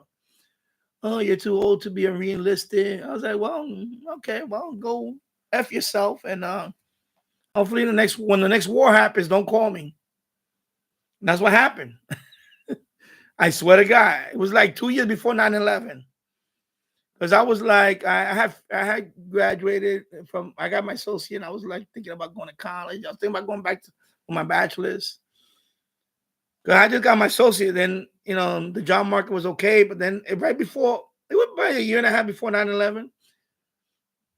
And I was like, I was thinking about going back to the National Guard at least, try to build up my, and plus the GI Bill, they have some nice things that you can do, like the GI Bill, that's one of them and all that. And they said, nope, you're too old. I was only like 34, 30, I forget what I was. I know I was in my 30s. I was in my, you're too old. I was like, okay, oh, wow. As soon, when 9/11 happened, like within a few months after that, I got an email. Oh, if you're interested in joining, I was like, nah, it's okay. You know what? Nah, it's okay. You know what? Because now you just want to, the minute I go in there, you just want to send me to go there and get killed. That's all it is. You know what? Go fuck yourself. That's what I said. My mind said, yeah, go fuck yourself now. You just want me part of it. You want me to be a meat grinder. You know what? Go fuck yourself now. You had your chance. Go fuck yourself. That's what I did. Because I wanted to go back. I was actually looking into the National Guard because I was in the Air Force, and they're like a sister branch. Army and Air Force. It's like the Navy and the Marines are sister branches. Basically, their ranks kind of, so if in other words, if I would have went into the National Guard, I would have kept my rank the equivalent of the Air Force. I would have to start over. Not so much, And plus, I had an associate degree around that time. And I was already, I think I was already wrapping it up actually, I was already getting my bachelor's. I was almost there. So I would have went in there with a bachelor's degree. So I was thinking about to be an officer for commission. I could have went to officer school and all that. But I said, no, even if I got a degree, no, okay, well, go fuck yourself. That's what I told him. I basically said, okay, well, when the next major event happens, don't call me, because I'm going to say, fuck you after that. That's what I did. Lord, I mean, knock on wood.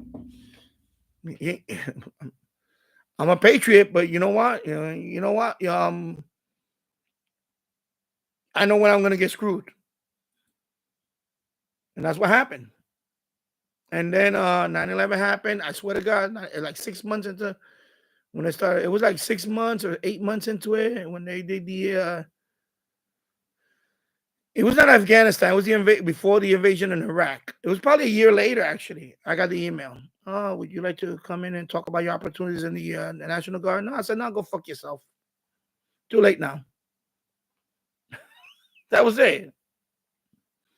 That's what I did. So I looked at the email and said, go fuck yourself. Fuck you now. Sorry. You're not going to use me now.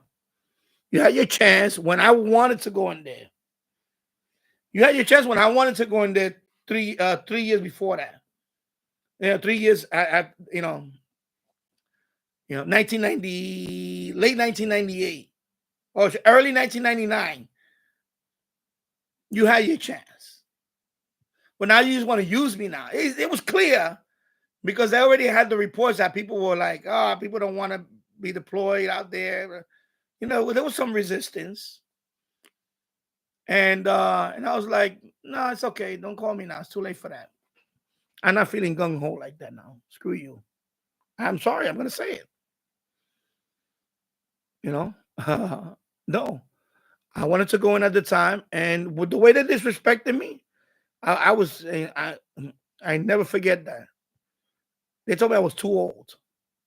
At 35, I believe it was 34, 35.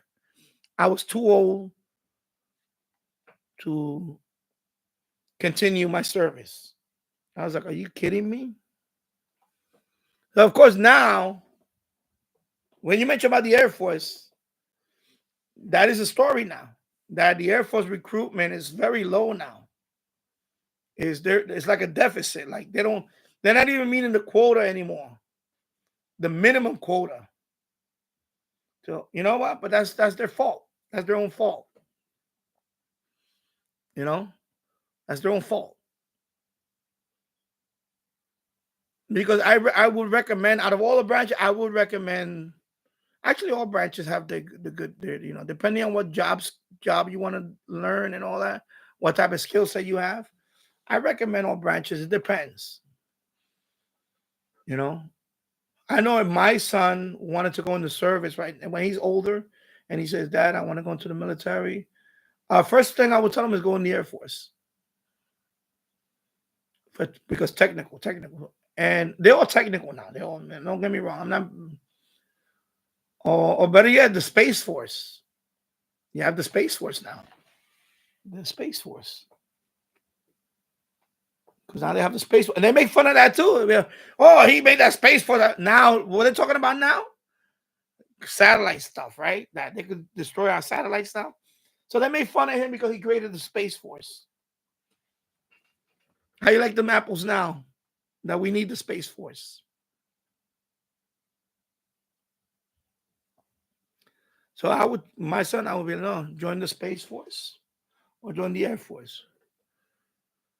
And I didn't join the Navy because I can't swim. So that's why, otherwise I would have went to the Navy. Navy's another one. And then it would have been the Marine Corps, then the Army, in that order. But me, Air Force, Space Force. Navy. If you don't want to travel, you want to be domestic, Coast Guard. If you're thinking about law enforcement, Coast Guard. If you're thinking about law enforcement, and the Army also law enforcement, if you're going to go. But me, my son, Air Force, Space Force. You know, that type of thing. But yeah, hopefully he won't be in that position where he wants, and I don't know. Do you think they'll bring the draft? I don't think it's going to happen right now, but it could happen. With the people that are in charge now, I think the people that are in charge now, it could happen. It could happen. I think it could happen. I think it more likely could happen under this type of leadership because, of course, you know, so the stuff that's going on now is out in the open now. Forget about hiding corruption. It's out in the open in your face. It's in your face now. This is what we're doing, and you can't do nothing about it. And that's it. It's in your face now. At least they try to hide it growing up. Now it's in your face. When they could take somebody, when they could sue you, you know, I'm just going to give you an example about the stupid law here in New York State. There's no statute of limitations. When they could sue you for, you know, sexual assault, whatever, and you didn't remember what year it happened, and she got $80 million, and she won. She didn't remember what year. I mean, come on. You don't remember what year it happened. I can understand if you don't remember exact date, what exact date happened. I can understand that because at least the date you can pinpoint it. I can go back and say, okay, based on the sales receipt of that time, if they even have records back then, Yeah, there's not going to be video back then because that happened in the early 90s. There's barely any videos. Early 90s, supposedly if it happened, a lot of stores didn't have videos back then. I remember very few stores had video in the early 90s. Because it's early 90s, supposedly when it happened. And it happened in the dressing room. So you know there's not going to be videos inside the dressing room because that's illegal. Even I'm not a lawyer, but I know that you can't have a dressing room. You can't have a camera in a dressing room. Okay? That would be like a campsite today. So it's just her word against his word. But then, you know, the case, I think the case would have got thrown down. If you don't even remember what at least what month? What month? So yeah. You know what I mean? Like, seriously. Like you didn't, so not even, so you don't know what year. So now they can't even do a, because they can try to do a record trail. Because if you say, yeah, it happened in March of, you know, yeah, this happened in March of 1992, let's say. At least they can go back and start looking at all the sales in March of 1992. And because you say you bought this, because she said she bought this particular outfit. And even the designer, I think it was Vera Wang. She said, no, I didn't make the outfit that year. The outfit came out another year. So she was off by 2 years on the outfit. So right there, the case should have got thrown down. When she said, oh, I bought this outfit, it was a Vera Wang outfit. Right? Vera Wang, that's a designer. She's a designer. But even the designer came out and called her out on it. She said, no, I never made that dress that year. That dress came out in this year. So there was already, so she's lying. But, you know, at least if you put the month, you could say, okay, let's look at the receipts. Okay, so somebody bought this Vera Wang dress on this day, this month. They will have a record of it somewhere. Maybe, if they can find it. If not, then, you know, forget about video. There was no video back then. So that's another thing that goes against all that. So the stupid law now that you can sue anybody, no statute of limitations, say, yeah, this person, you know, assaulted me, you know what I mean? And they can just go after you and throw your name in the gutter and all that. And then you have to pay legal fees and all that to fight for your name. And now with this one winning, now it's encouraging all people to come out of the woodwork. And they can sue anybody, any public figure or whatever, and say, yeah, you did this to me and I'm suing you. And a lot of them settle because they interview lawyers on that. And a lot of lawyers say, no, the best thing is to just settle. Because if, like, he could have settled. He could have said, even though she's lying, if I go through all this, you know, now people are going to see that. People are going to say, it's extortion. It's going to be extortion now. Because when they see that, they say, well, I have a potential to win $80 million. I have a potential to win $80 million and also become famous. Because she was a nobody. Nobody had heard of this woman. She's trying to sell a book and then nobody was buying the book. She is crazy. But let me not say that because I can get sued for that too. But good luck, I'm not trying to get anything out of me. But yeah. So now they open up that Pandora's box. So now anybody that's famous, and it already happened. It happened to a bunch of people. P. Diddy, he settled right away. P. Diddy. A lot of famous people got sued in New York State. Because that thing now is no statute of limitations. It's supposed to expire. This governor wants to make it permanent. No statute of limitations. And this is the problem we have with the state. Crazy people are running the state. And when you do that, you're going to put a lot of people in trouble. You know, a lot of people leaving the state. A lot of people live in the state. You know, you're a public figure. You have money. You're a big bullseye right now. You're a target. You don't, you know, now you don't even talk. Don't even talk to anybody. And you gotta be like, be married and don't wander. Because the minute you wander, they're gonna accuse you of that. And that's the payout. They want to get a payout. That's all it is. It's a ghetto lottery ticket. Ghetto payout, lottery ticket, extortion. You know, when you win $80 million and you don't even know what year that happened, that's a messed up system. That's a system that I have no faith in. You know, I have no faith in that system, and I was not far from being wrong on that. Last time I went to jury duty, I went to the Bronx. They called me for jury duty, and I was being honest. I'm not lying. I'm not telling people to do this. This is what I did. I don't want to go to jury duty. I have my experiences with the system, especially in New York City. Some of it's kangaroo. A lot of it, well, now is a lot of it, but back then, I went through some stuff. I got accused of some stuff, and I had to fight it, man. I had to fight it. And ultimately, I won, but it took a long time. It took over a year to, and let me tell you something. They all lie. I tell you that they all lie. When I'm more pro whatever, you got rotten apples. You got a lot of rotten apples out there too. Something this small, they make it this big. This big. And that's why what I see now is the result of that. It's the result of all that.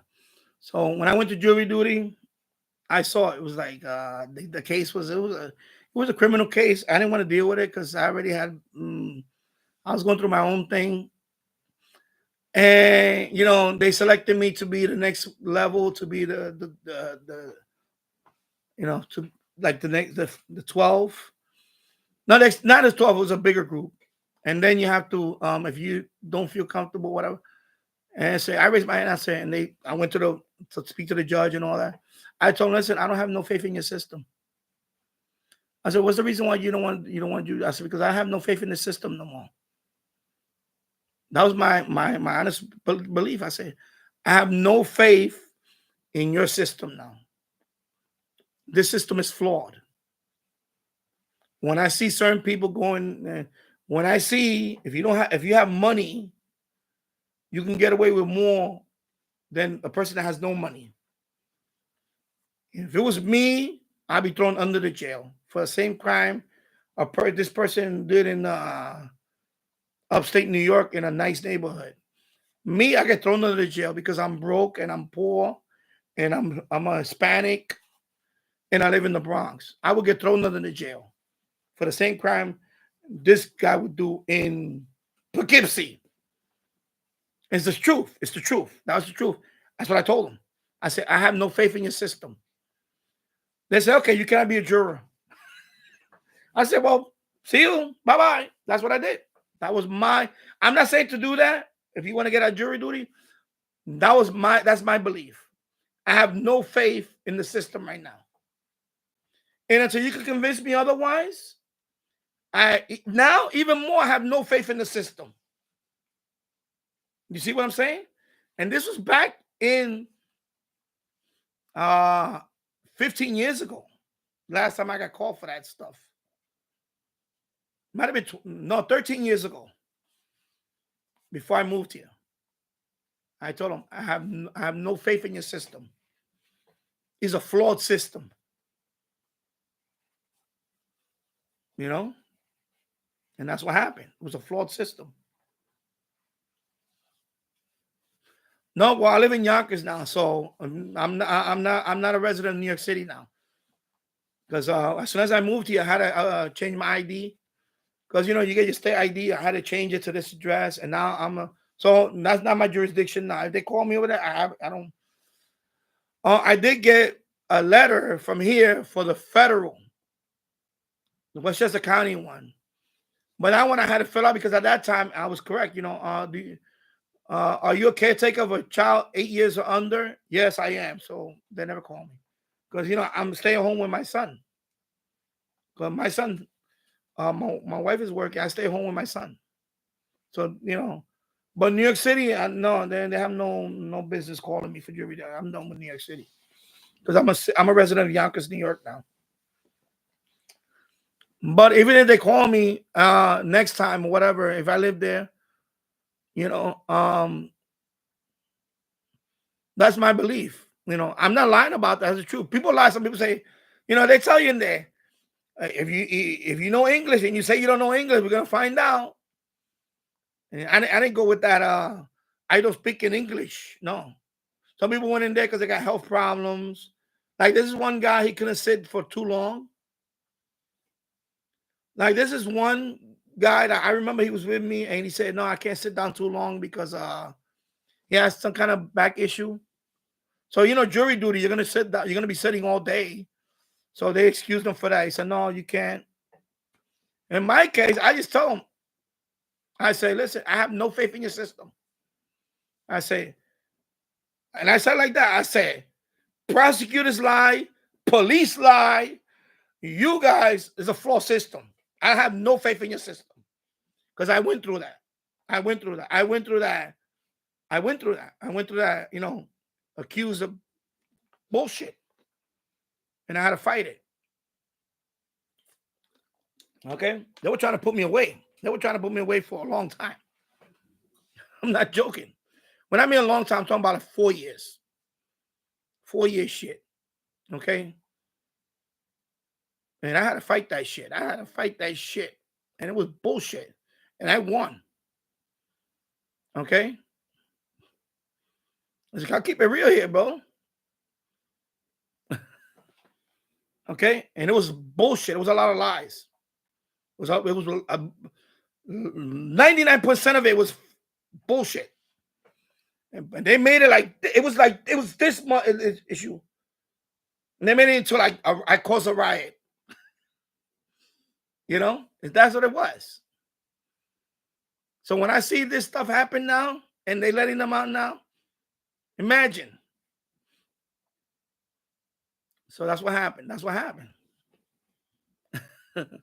So that's why when I went to jury, the same courthouse they wanted me, the same courthouse I was in a few years ago, they wanted me to be a jury. I said, I'm not gonna be a jury for this because this is a kangaroo court going on now. I have no faith in your system. None. I don't trust you. I don't trust this guy. I don't trust this guy. I told him like that. Inside there. I don't trust you with the robe. I don't trust him. I don't trust him. And they looked at me like, this guy cannot be a juror because I'm biased as fuck about the system. Yeah, you better believe I'm biased as fuck. I don't believe in your system. There's too many innocent people in jail. You got people that shouldn't be in jail now that are in jail. And that could have been me. All right? I'm telling you like it is. And that's why when I went to that jury duty, I said, no. They want to keep me as a juror. They're going to know everything about me. They're going to know that this guy, I'm not anti-anything. Don't get me wrong. I'm not anti-anything. I'm telling you on my life experience what I went through. Okay? I went through, I remember one time, I'll give you an example. I remember one time coming from school. I had my backpack. I had my books in there. Monroe. I was going to Monroe College. I was going for it was at night. I'm walking down Jerome Avenue. I'm right in front of my house now. I'm right in front of my house, and they pulled up on me with guns in my face. Before I even put my hands up, they all had guns out. They had guns like this. Bam, bam, bam, bam. So I could have done this. They could have shot me. All right? And I was like, yo, what the fuck, bro? Well, I'm in front of my house, bro. What the fuck is going on? Why you guys, what the... like that. And they were like, no, we had to report that you was carrying a pistol. Yeah, you got a pistol in your bag or something. I'm like, no, I don't. I just came from school, bro. Like, what the hell? I got my hands up all this time. My hands are up. They can see my hands. Guys, first thing I did, I put my hands up, and they try to put my hands up, Right away, I put my hands up. Because they already had them out. They had them out. These are all plain clothes. Badge out. 9mm in my face. 9mm in my face. The other guy, all 9mm. Bing, bing, bing, right. So if I would have done anything funny, bang, bang in front of my house. Have I would have done anything other than put my hands up, bang, bang in front of my doorstep. Okay? I was like, I don't know what you're talking about, but I just came from school, bro. All I got is books in here. And they were like, I said, you can look. Go ahead, look. I don't care. Go look. I ain't got nothing to hide. And I said, okay. They believed me right away. They didn't even check my bag. They said, nah, we got to report that, whatever description. I was like, that's a lie. When they say they got, a lot of it is just, I'm going to say it like it is here, bro. A lot of it is that they saw me back then. I was a little more slimmer. I had a certain haircut. I looked more, I was dressed more, let me just say that it was stereotyping. They were stereotyping. I'm gonna say it like that. I'm gonna say what it is. It was stereotyping. Puerto Rican guy with a backpack, 10 o'clock at night. What the fuck this guy's doing with a backpack, 10 o'clock at night in the middle of the Bronx? I said, he got to be carrying some shit. That's their mind thinking. That's what I'm thinking. That's their mindset right now. That got to be their mindset. This guy got something going on, whatever. Let's just make up something and stop this guy. Maybe we get lucky. Because maybe they would have saw right away I panicked and I would have ran, and you know what I'm saying? No, I'm walking. I don't know. I didn't even know these people were following me the whole time. Until I got right in front of my door. And then whoop. Hey, I was like, oh, what the hell, bro? What the hell? Get your hands up. We didn't see your hands. I'm like, I got my hands. Because I know not to do anything else, because it was already all over the place. Like, you do the wrong thing, you get shot up. They get shot up. Amadou Diallo got shot up. He had a wallet in his hand. He in his hand. He got shot up like 50 times. Like 50 shots. I forgot how many. It was like a ridiculous amount of shots. Because he had a wallet in his hand. He's an immigrant. He didn't know. He thinking he got to show ID or something. I don't know. He got shot up for that. He got killed. Okay? I'm keeping it real here, bro. That's what I thought about. But I had my hands up. They can see. My hands is white as ghosts. Even at nighttime outside, you can see my hands. I had them like this, just like this. I didn't have this. I didn't do. Bro, don't shoot this direction, bro. I'm not trying to be funny. Yeah, 41 shots. And right away, because I was trying to calm them down. I was trying to calm them down right away. I was like, listen, I just came from school, Monroe College. This is my house. I live here. That's it. You could check. I don't care. I'm not hiding anything. Right away, they apologize. Oh, we're sorry. But I knew I was getting profiled. I got profiled. It was a slow night, probably. They said this guy was walking with a backpack. He don't look like a geek. Who knows what they? Who don't know these mindsets? You don't know who these people. Where they come from. Yeah, exactly. And I was like, when I went in that door, I said, man, if I would have done the wrong thing, how I would have said, no, I'm not putting my hands up. Who the fuck are you? And start conversation with them. You see what I'm saying? No, I played it cool. By the way, I said, nah. And it's not the first time. This happened to me several times. Growing up in the Bronx. They went up to me, boom, with the gun out already and said, get against the wall, blah, blah. There was another time I remember just checking my belt. I think my belt was getting loose all the time, or something like what it was.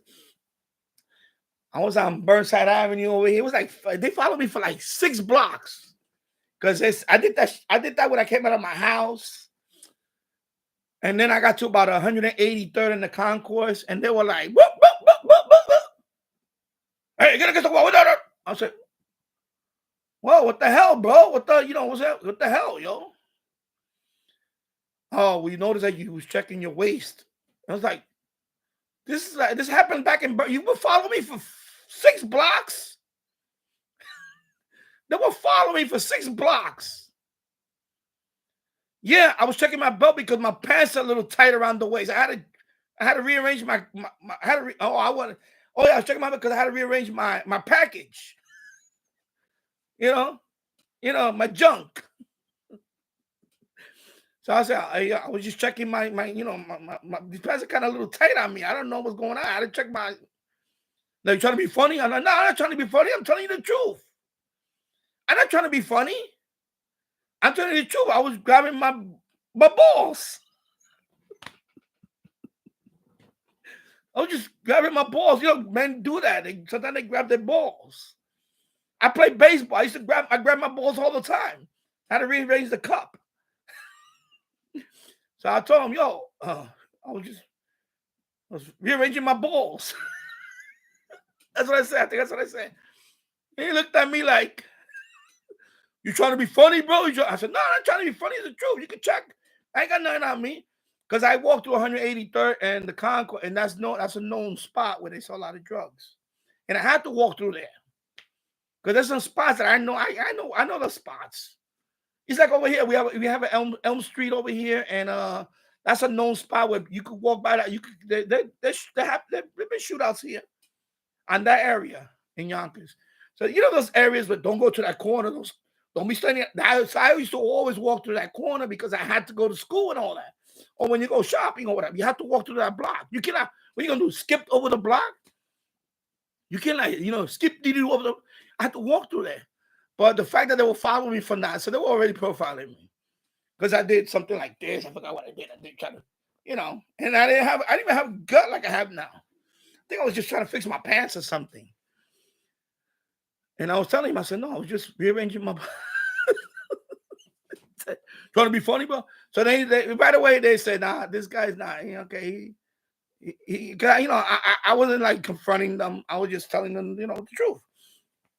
And they were okay. We're sorry, bro. We're sorry. They apologized right away. Right away, they apologized. They said, nah, sorry. We're sorry. Have a good day. Have a nice day. I said, yeah, you too, officer. And then I addressed them. I wasn't. And that's one thing. I was never combative with them. I never say, I didn't argue with them. I didn't do that. That's one thing I told people. Don't be combative with them either. I wasn't combative with them. I just say, yo, what are you doing? I said, that's the most thing I said. That's it. I never cursed at them. I never was confrontational with them. And I said, okay. And they say, okay, we're sorry. I said, okay, well, and I went on my way. I went to go shop, whatever. And they went on their way. And I said, I didn't get shot. You see? Now, if I would have been there, I ain't putting my hands up. You ain't got no right. I mean, that's when things go bad fast. When you be confrontational. Same thing when you get pulled over. My wife and I got pulled over. And sometimes she goes a little bit on, and I told her, no, I said, Annie, you need to calm down. Just let me talk to him. Just relax. And I asked him, I said, officer, what's the problem? Is anything wrong? Is everything? Oh, I noticed you. Okay, she didn't know, or I didn't know, whatever. I'm sorry, And then let's go. They say, okay, well, thank you. Now, if I would have been like, why are you pulling us over? Hey, you got no right to pull me. I'm a lawyer. That's when the shit happens to you. That's when the bad stuff happens. When you start getting confrontational, you got to know what to say. Yo, okay, well, you don't argue. You can't argue when they're pointing stuff at you. You can't. Don't try it. Just try to de-escalate right away. You say, and I said, and I had nothing to hide. Now, when you have something to hide, that's when those things happen too. because now you're trying to lie your way out of it. You're doing all this stuff. But when you're innocent, you know, be calm. Forget about that whole, you know, oh, you're gonna be 5 minutes late at your job or whatever. That's irrelevant. They don't care about all that. They don't care about you're gonna be 5 minutes late. My thing is, just don't shoot me. At that point, I'm saying, just don't shoot me. You can check my bag, and you're gonna see that I have nothing. That's it. And they didn't even check my bag because they saw right away my body language that, okay, he's saying the truth. Go ahead, go. They didn't even check my bag. Okay.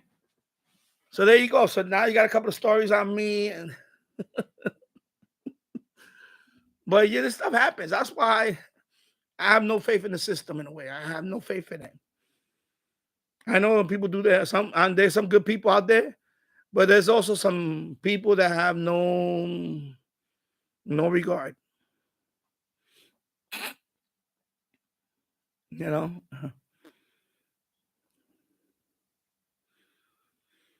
Yeah.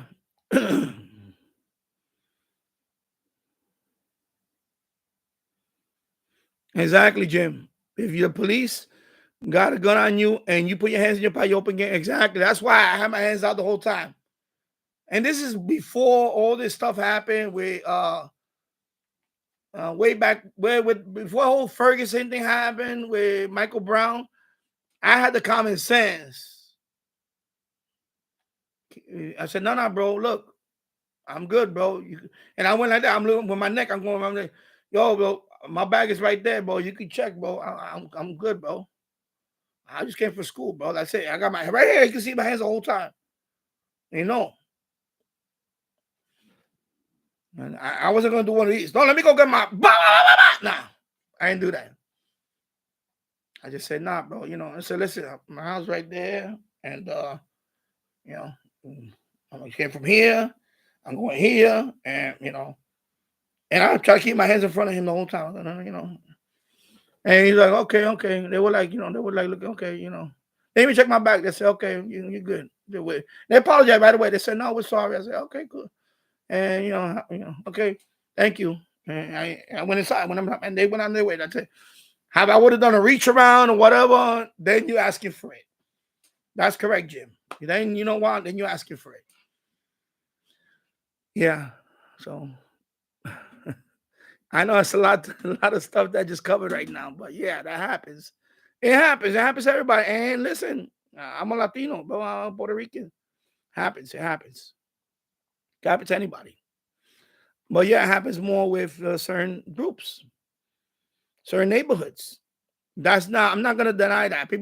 There's some people that wear blinders and they say, oh, it doesn't happen to me. Yeah, because you might live in bumfuck Idaho. And I don't know, you can look up that. This town is a fictitious town in my head. You can live in bumfuck Idaho where, you know,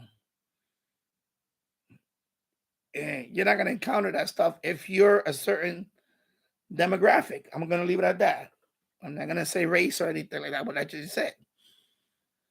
Now, in the Bronx, one of the neighborhoods where I lived at, the neighborhood that I lived at a few blocks away, it was crazy. It's a crime-ridden area. Now it's even worse. And I'm walking in, it's 10 o'clock at night, and I have a backpack, and, you know, like assume whatever. There's nobody out at that time. I think it was chilly that day. It was cold. I was going to school at night. You know, I'm coming home. I think that night I walked because you know me and my wife were dating at the time. I walked her to her house, and then a few blocks I kept walking, and then that's when they pulled up on me right in front of my house. Boom. Yeah. So, I'm gonna throw this stuff here. Yeah. Hello, Radio ID Scans and other. Hope you're doing well. Let me go back up here. I'm gonna read some. I'm gonna skip some stuff because I'm 2 hours in the books, 2 hours and 9 minutes. 9 people watching, 12 likes. Thank you for watching. Let me see. I'm trying to skip. I don't want to skip too much. Where was that? Where was that? I know I'm going back and forth. I want to read. I want to try to read everybody's comment. I have it on top chat. If I put live chat, it's gonna be more. I'm gonna leave it on top chat. I'll do live chat anyway because I just want to click on it anyway. And now it's gonna truncate a lot. Oh man, it's gonna truncate. Okay, I already read that. Okay. So now I truncated what happened earlier. Oh, Jesus Christ. But I think I read some of that already. Yeah, I'm already there. So okay, Fidel. Yeah, okay. So it's Fidel.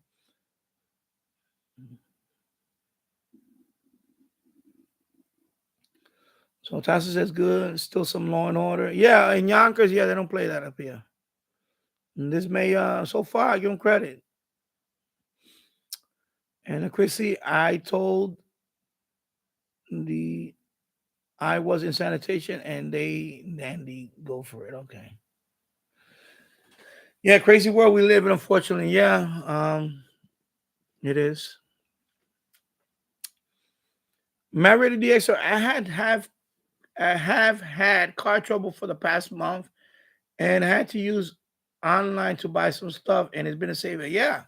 A lot of stuff you cannot find now on brick and mortar store. A lot of things, especially those specialty parts. The only way you can buy it is online. You know, a lot of stuff you buy online now.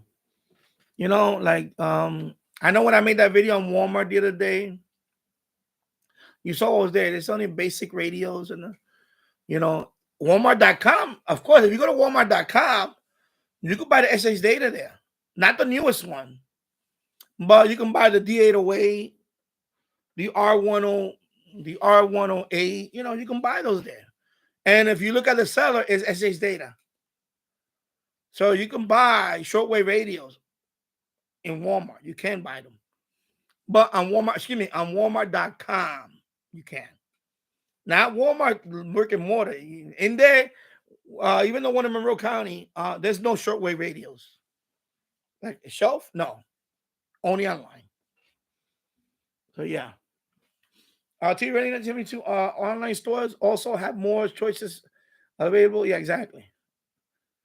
Chrissy, this summer will be worse, unfortunately, for this crime thing.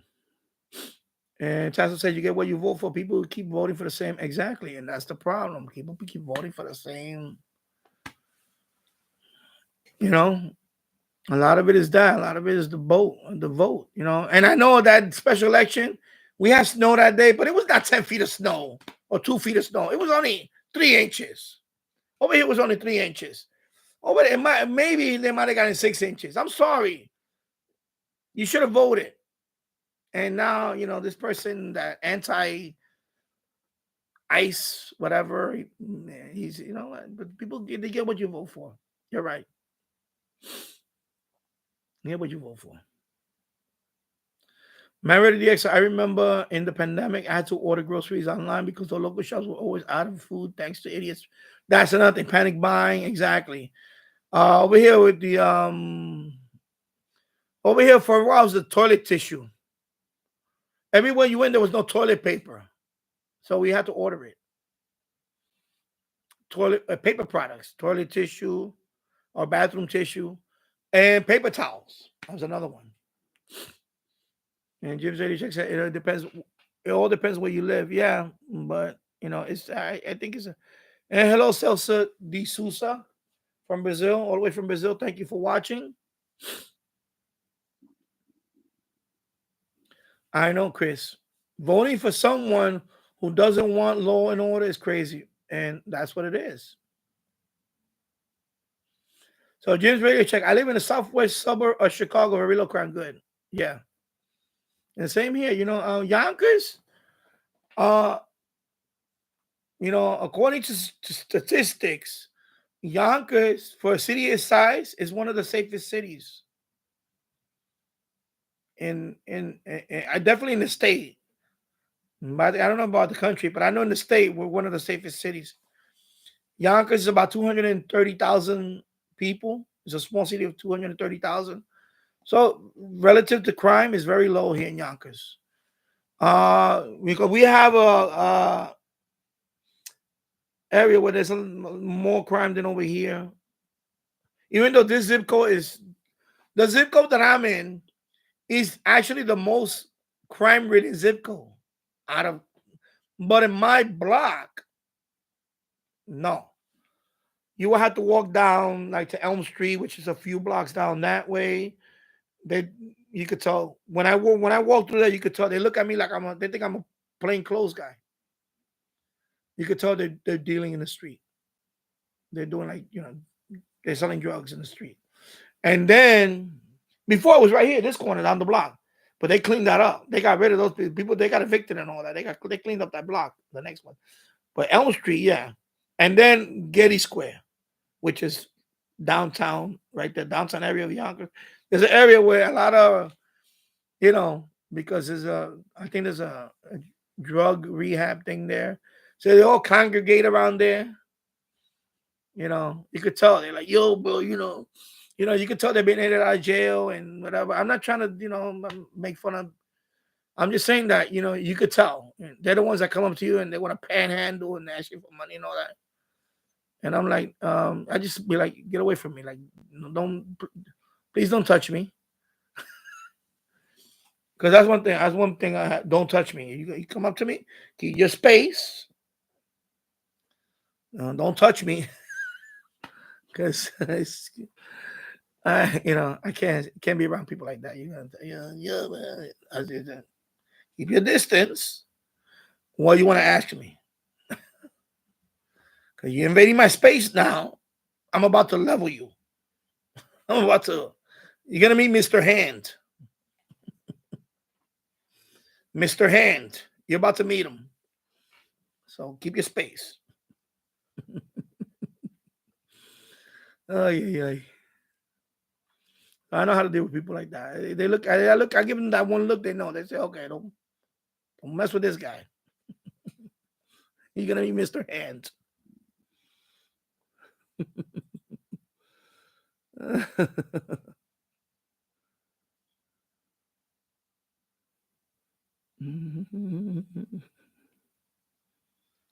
Yeah, I know.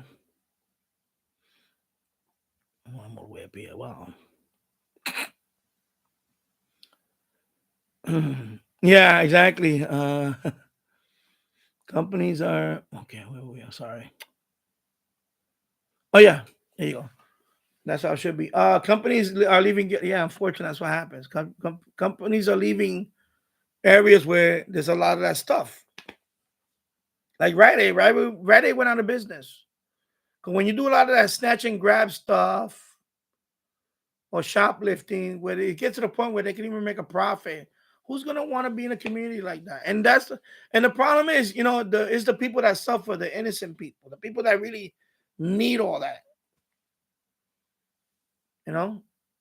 That's the problem. It really. Okay, I see something here, and let me go down here. Okay, so Marity Dexter has to go. Okay, so take care, Marity Dexter. Thank you for stopping by. Yeah, 2 hours and 18 minutes in the books. So we got off topic there for a bit, but I'm trying to get back into topic now.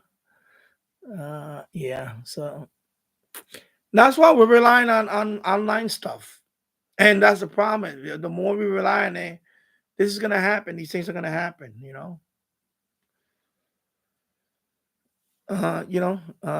Because and I enjoy going to the Walmart up there. Like tomorrow, my wife is off this weekend, so tomorrow we're gonna go up there, or maybe even tonight. Maybe later on we go up there. Yeah, I'll check on them when I'm done with. Maybe we might go tonight because you will just be there late, because I feel safe up there. You see, I feel safe up there. It's up there. They don't play that. It's an hour drive or so, a little over an hour, about an hour drive, but it's safe up there. I remember when I grew up. I remember just going into the city, walking into the city, and now I wouldn't feel safe. I would not feel safe now. especially wearing earbuds and all that, and you know, because even when I wear earbuds, I'm always got my head on a swivel. But and you shouldn't have to live that way. You shouldn't have to live that way where you know you can't feel safe. Yeah, radio IDs can only FM. A lot of FM radios. I seen boombox where they have Bluetooth and FM only. I saw a couple of those. You know, I'm going back and forth, so that's why I'm reading older ones and reading. And hello, Alpha 152. I hope you're doing well. Let me go back up here. Go back up here. Yeah. Tasso says some of it is simply for the convenience. Yeah. I know, and also convenience. You're right, and the prices are good. That's not that the prices are good. They're very competitive. Most of the stuff if you were to buy it on a brick and mortar store is going to be more expensive. Plus, you know, it's taking time. This you could just click, you're done, right? If you got to, sometimes you got to drive over there, or in our case, it's driving to the store, and you're gonna walk around. That's sometimes that's like the whole day, the whole afternoon, a few hours. You know, with this you can just look it up. You could even do comparison with other sellers and say, okay, I got the best deal. And then if you have like the honey extension of the app, sometimes you can get a better deal with that. Sometimes Honey does it. Right? It's called Honey, right? I forgot what it is. And you get a real good price on there. And that's it. I ordered something from Temu last night, Jim. I ordered some floor tile, rubber floor tile, like the ones you use for the gym. And they were like 13 for a pack of 10. They were like $13 and change. If you go to Home Depot or Lowe's, they're like $30. So I had it for Temu. So I bought 2 of them just for now. And I bought also something else, a little die cast. I bought a die cast plane. I want to see how it looks, the quality of it. It was American Airlines. It was 777, Boeing 777. I bought a little die cast plane. It was like $7 and change. So Temu, let's see how it is. That's the first time I'm ordering from Temu.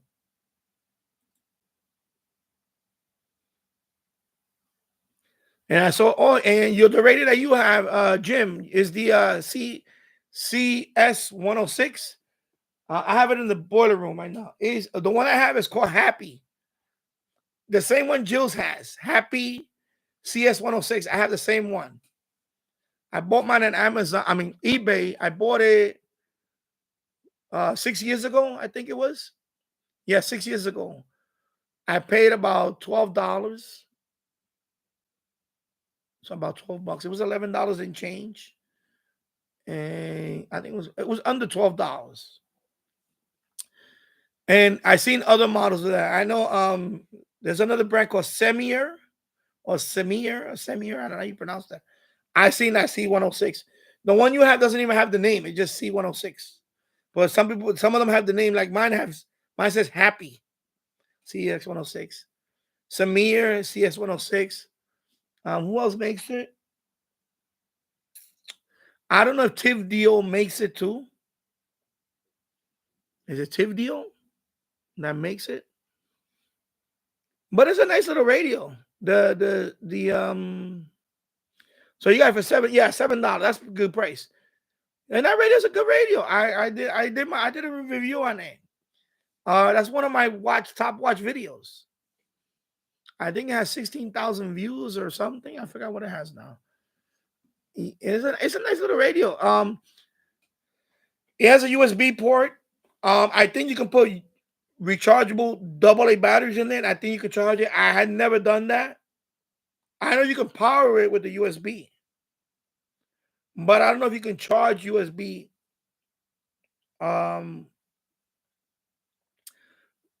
Rechargeable AA batteries, like the Texan PL368. You can put you can put AA batteries in it, but if you put the AA rechargeables, and you plug in the USB, it'll charge it. So I don't know if the CX106 you can do that. And I have AA batteries that are rechargeable. I'm gonna try it. I'm gonna see if it can do that. Because it's a $12 radio. If it blows up, it blows up.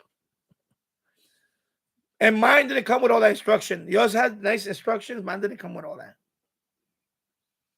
Mine just came in a plain box, and it had the same fancy wrapping thing, but the box was plain. It didn't have it was a plain white box, I think. And I bought mine from eBay. But it's a nice radio. It also has long wave, by the way, Jim. There's also long wave. So medium wave, if you press it again, you get long wave. Okay? So I know in the description you put medium wave, FM, AM, and show. It's also long wave and VHF up to 220 megahertz. Because it has another band. When you do the FM, it has quite a few FM bands. It starts from 50 megahertz up to 220 megahertz. So there's several FM bands. The one, I guess the Russian one and the Japanese one, then the US one, then it has the TV band. That's what we used to call it, the TV band. I think it's it's right above the weather band. It's about 171 megahertz up to 220 megahertz. If you press so it does VHF also. Okay, CS106. So it's medium wave, long wave, medium wave, a short wave, FM, VHF. That little radio does all that. That's why I liked that radio. It was very impressive. And hello, Keegan DXer. And good evening. And from Northwest Arkansas, 37 degrees Fahrenheit and sunny. Just got back from your usual spot. Let's just call it that. For lunch and grocery at the Ozark Natural Foods in Fayetteville. Nice. Yeah. So let me go back up here. I'm just going back and forth. That's the thing between mine.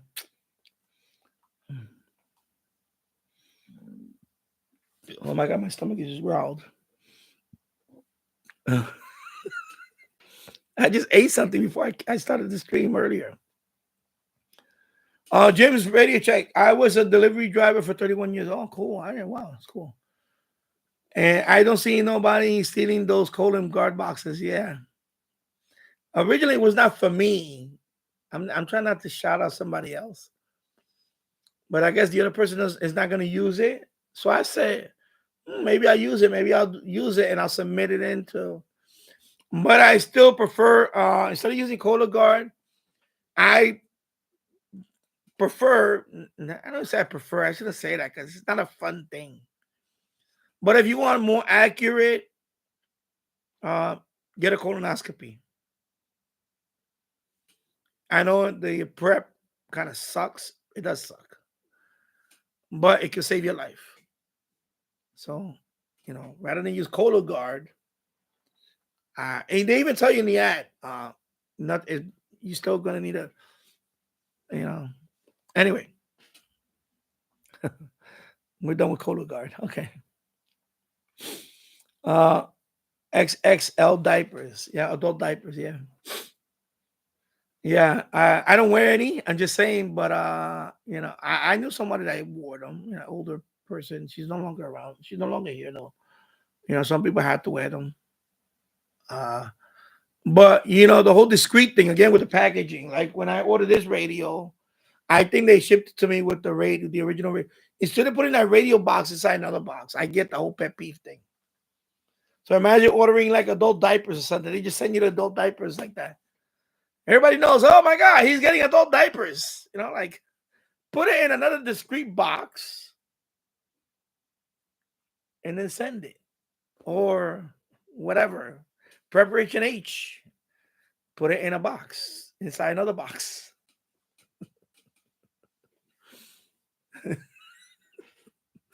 Yeah, that sucks. Yeah, nobody's gonna be stealing Cola Guard boxes. You never know. Just to sell it to somebody else. Who knows? I don't know. I don't think so, but yeah.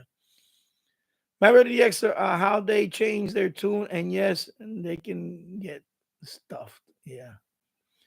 Chris said El Viejo, yeah. And I read that. Okay, yeah, about the drive. I don't think it's gonna happen. It will not.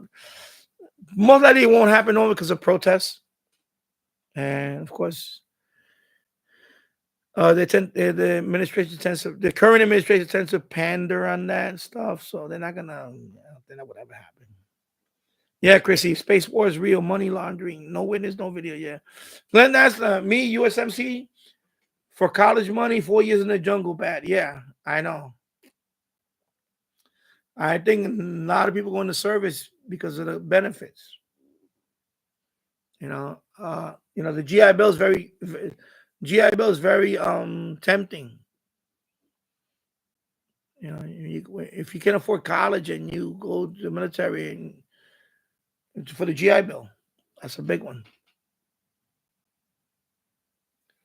Yeah, I know, Chris. I'm not gonna say here the word, but yeah, I know what you mean. She did say that to Anderson Cooper that they find that to be sexy. That's just crazy. She's a nut job. Yeah, she is. Mary said that is bad because it could lead to some people that are innocent. Exactly. I know that from experience because not because of what that case to me, other stuff that I was very depressed at one time that I thought about that. I'm being serious. And thank God, my case, my wife, she really she saved me from that. I can say that. So yeah, that you're right on that. That could cause people to, people that are innocent and being accused of stuff to just say, you know what, I don't want to deal with this anymore. And yeah, it's crazy. And yes, Chrissy, that lady is a nut job. It's a extortion. Money talks. Yep. Wow. And Chrissy, they say that big companies are and the wealthy are going to leave New York City. I agree. When they get judgments like this, and I'm not going to get into a whole thing about that now, but we know what we're talking about. Who's going to want to do business in New York City? And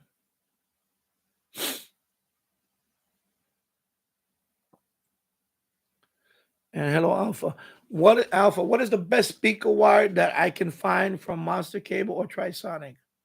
Well, this one is pretty good. Let me take it out of here. I'm trying to take it out without knocking off that. I think it's pretty good. It's pretty thick. I mean, that's pretty thick.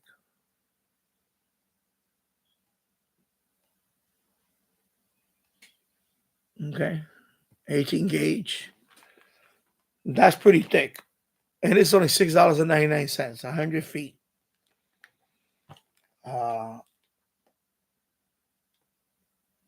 So this is a TS. If you want to look up the model, I'll put the link in the description at the end of the stream.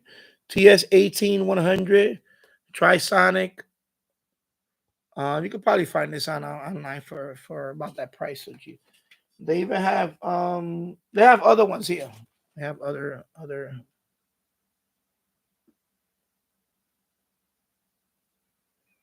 So they have 16 gauge. They have all that. Okay, I have all this.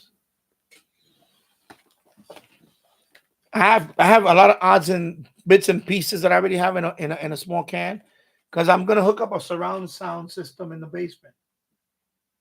I have an old school. I have a couple of them. I have a 7.1 system and I have a 5.1 system. So that's what I'm doing now in the basement. When you guys saw that video on the Sangean HDT1, it's hooked up to a Yamaha receiver. And I have another tuner here, the Denon. Where's my Denon FM tuner? I'm going to bring that one down too. Because I want to see how sensitive that one is. And I'm gonna put that FM. I took it downstairs already. The FM loop that I showed you last week. I'm gonna hook that one up on the roof, and I'm gonna hook that I'm going to use that first. Eventually, I'm going to get a directional one later on. So try to see if I can do some FMDX. Right now, I hooked it up to my TV antennas.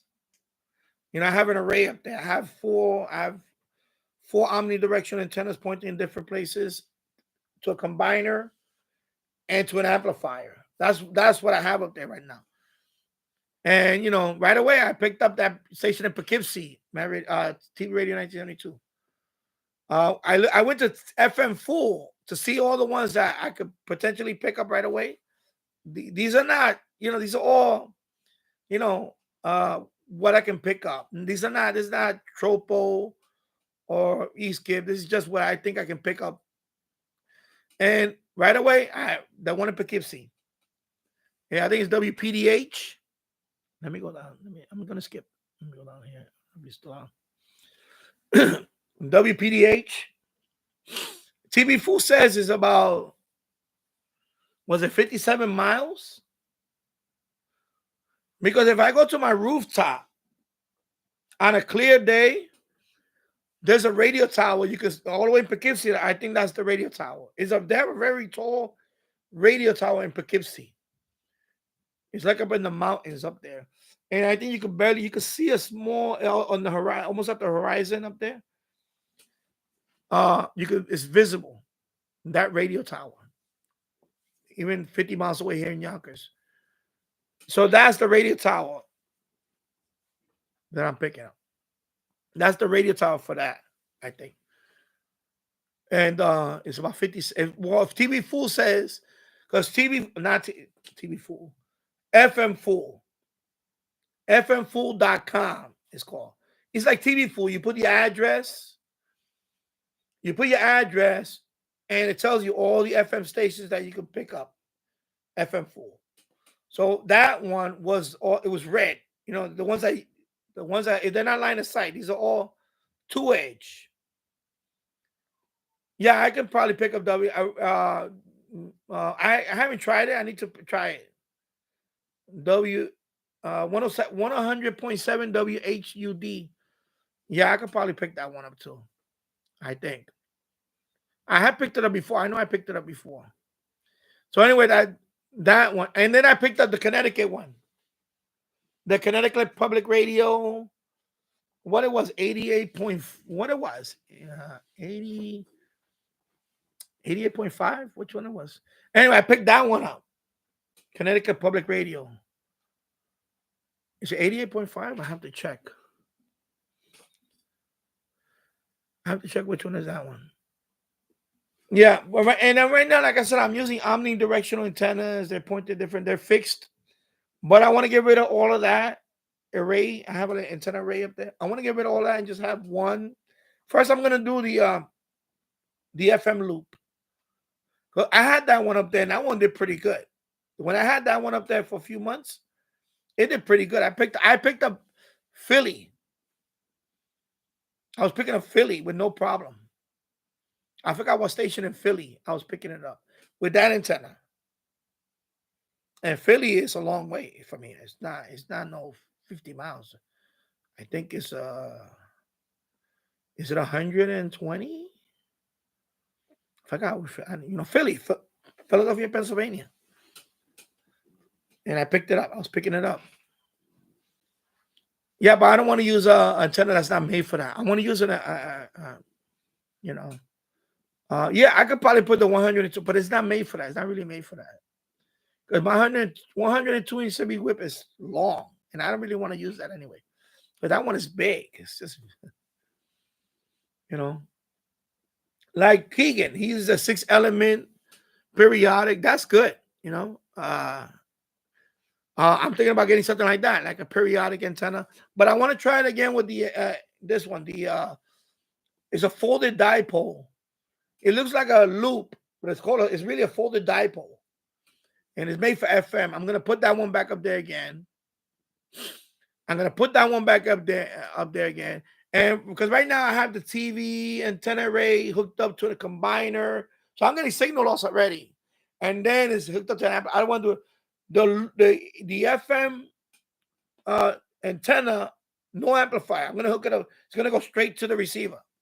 There's not gonna be no no amplifier, no combiner, none of that. I want to hook it straight to the receiver and see what I can pick up with that alone. That's what I want to do. That's why I had it here. I did it right here with the second floor. I had it, and I was picking up good signal. Oh, and I had the receiver here. Not this setup, but I had like a table here. And I was picking up some signals. This time, and I think I'm going to get new coax for that too. I'm going to get brand new quad shield, 75 ohm, of course, all the way down to the basement. I'm going to have that dedicated FM antenna because it's going to stay there. And that's an omnidirectional. I want to try that first. And I'm gonna do a season with that and see what happens because I read reviews on that one. That one gets good catches too. That FM, and it's $20. It's not even expensive. It costs about $20. I'm gonna put the link in the description for that. I should have done that. We talked about it the other day. I'm gonna put the link on it if anybody wants to buy that one. It's $20. Not even that expensive. It's a folded dipole, but it looks like a loop. I call it FM loop, but it's really a folded dipole shaper. And I've seen people open the dipole and make it into S. Instead of having it closed like a loop, I've seen it like this, like an S shape. I've seen it like that too. Some people had it like that to make it more directional. Yeah, let me go back and forth here. Let me go back up here. Yeah. Keeping it real here. Yeah, kangaroo court. Yeah. Yeah. Yeah, the Trisonic. Yeah, I bought that one. I'm not gonna me personally, I'm not gonna buy Monster Cable. I looked into that. I looked into that whole debate. I done my research years ago about that. Should I get Monster Cable? Is it more better? No, it's not. You're not gonna notice anything. You're not gonna notice anything. And yeah, I used to watch and listen to these podcasts, like audiophile type podcasts, and they had all those debates about that, whether premium cable or so-called or monster cable, whatever. Is it better? No, it's not. It depends. It's just I think that speaker-wise pretty good. Trisonic. DJs use it for their parties. I see my brother was a DJ many years ago. They've been around for a long time. My brother used this stuff. I use it. It's what I use, Trisonic, and it works well. I actually bought that to make an antenna. That's why I really bought that wire. But I have a ton of that stuff cut up already, like 20, 10, 5-foot pieces, because I hooked up my system downstairs. I'm gonna make a video on it soon. I may even do a live stream down there soon, and I'll show you my setup now. I hooked up one of my turntables. I hooked up a tape deck, Yamaha receiver. I hooked up my Sangean HD T1 receiver. I'm thinking about getting another HD receiver, a more modern one, because the Sangean HD T1 is kind of old. I bought that on eBay for $25. I got a good deal on it. It was a steal. I looked it up the other day. That's selling over $80. I seen it $90, $80-something. It's still selling for up there. You know, Sangean HD T1. Excuse me. Yeah. So yeah, so I'm not gonna. I think, like I said, I don't have the money for Monster Cable anyway. When I used to go to computer shows years ago, this is like 20 years ago. But they don't have those computer shows here anymore. Market Pro, they were called Market Pro. That was a company that used to do the Market Pro computer shows. They used to sell this stuff. You could buy it for nothing. They used to sell them. They even had the thicker one. They had RCA brand. That cable, they were RCA. They were thick. I bought some of that, but I bought it at the computer show, like a flea market. Sometimes you go to a flea market, you can get good cables for cheap. But am I going to go to an what's even an electronics store now? That's another thing. We don't have that stuff now. Remember, we used to go to a local electronics store, and they will have all that DJ equipment and all that. We don't even have that anymore. A lot of places are gone. So now you got big box stores. So you're not even going to find them in there. You're going to go to Walmart and find a turntable and mixer and all that. No, you're not going to find that in there no more. So those type of cables, you're not going to find them in Walmart. You're going to find probably this type. You're not going to find, but again, I think to me, it doesn't make a difference. Yeah. So let me, yeah. And then, let's see. Tasso says, oh, I meant adios for Danny jury duty. I'm still, okay. Yeah. All right. Chrissy, I was on jury duty in Brooklyn, and I caught the prosecution line, falsifying photos, witnesses line, and it was a clown show. Yeah, I agree. I think, yeah. He's already here. That, yeah, I know. Well, that's, I grew up in the Bronx, so I've been through, I seen it all. I seen people get, I seen people get, I remember, I don't want to get to that. I seen people die in front of me, got killed. Literally, they died in front of me. So, T-Ready 1922, I got some snow. Just same thing here. We got snow. It was a couple of inches, but it's already melting. It's right now. It's finally below freezing. It's 31 degrees. 31 degrees and partly cloudy. Now it's below freezing, so now it's gonna start freezing. Whatever's out there. I didn't plow this time. My neighbor went with the snow thrower, and he did that for me. So I didn't even go out there and plow. He did that. He did the sidewalk for me. So I'm gonna leave it at that.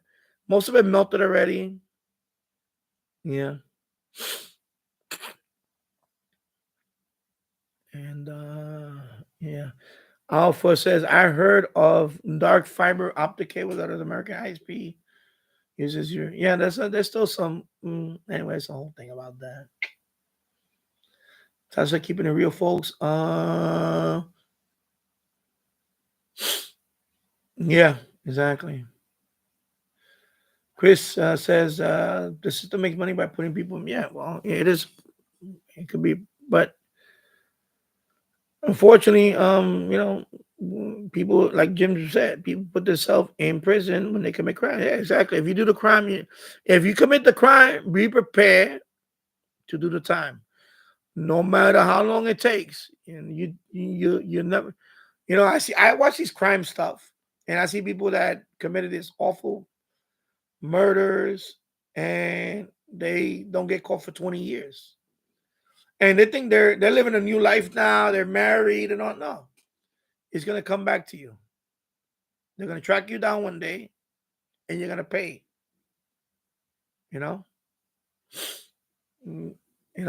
Especially with all this forensic science now we have. No, cameras now, everything. It's just crazy now. And you can't get away with it. You really can't get away with stuff. Alpha, my ISP spectrum will get upgraded to fiber optic very soon in the future. It has Gold TV and the Africa channel. Okay, so you're getting fiber soon. Oh, that's cool. Yeah. Yeah, eventually fiber is taking over cable now.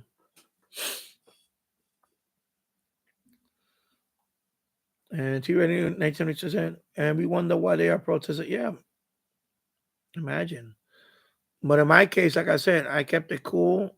Because I'm innocent. I'm not doing something illegal. So, hey, keep my hands up. I said, listen, I ain't doing nothing wrong. I'm just coming home from school.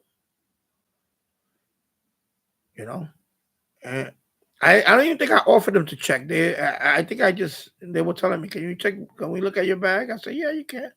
And the minute I say, yeah, you can, and I said it with he changed his mind. I said, no, you know what? It's okay. Well, they apologized right away. But yeah, it could have been a different result if I have reacted differently. You know, it goes both ways too. You got to react. Don't be confrontational about stuff like that. You know, like what happened with Times Square with the beating. Originally, I think the police had told them to move along. They should have moved along. You know, sometimes they tell you to move along. You move along.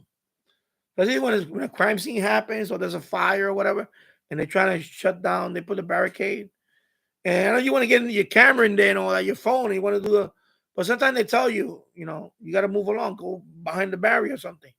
Listen, don't be a jackass and be thinking, oh well, I got the right to stand right here. I could be right here. Who are you to tell me? You know, that's when you get in trouble. That's my point. So, you know, I'm sorry if ego get bruised every once in a while, but sometimes you gotta just listen. They're trying to do their job too. And yeah. I was a 311 operator, and I can tell you that when people used to call 311, they used to take it out on me. You know, their car got towed. They would take it out on me. Like I told their car, I said, listen, they would curse at me over the phone. And I'm not like, listen, I'm trying to locate your car. Can you give me your, because the first thing I asked them, you know, what's your name? What's your, right away, they give me the attitude, like, who the fuck are you? What you want to know? I'm like, I'm trying to help you. If you want me to help you, you have to give me information. I have to put that in the system. And we're going to locate your car. That's what I tell them. I because my job, I can't tell them, you know, I could tell them to calm down to a certain point, but my job is just to get the information, put it in the system and look it up. They confront me, why you guys doing it? I said, sir, I don't work. I'm not a police guy. I'm not the police. I'm a 311 operator. You give me the information. I have to locate your car. Then I tell you where to go. That's what I do. And forget it. This guy's cursing me out. There's people cursing me out. They're calling me out. And you can't hang up on them because you get, you know, they're monitoring all that. The people that evaluate my calls. And that's the problem. Even if you know, you got to be calm. I know it sucks sometimes when a person gets told, but why? And my job is not to ask them why you got told. That's not none of my business. The guy could have ordered 1 million tickets. That's none of my business. My business was to locate where the cars are now. You live in this area. You're from the Bronx. And your car got towed. It depends who tows your car. If it's New York City police, you're going to go to this yard. If your car was towed it could have been towed by a private company. A repo guy. Because you owe money on the car itself. You know, in terms of payments. It could have been a ticket. It could have been payments. It could have been just somebody stole your car. So I have to give them the number for the police thing first.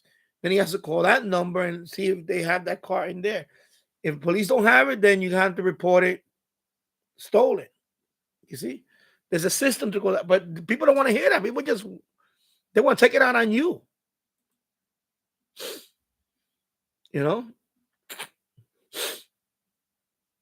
And because I'm telling you, 311 operator, I lost faith in humanity after that job, because I see how terrible people are over the phone.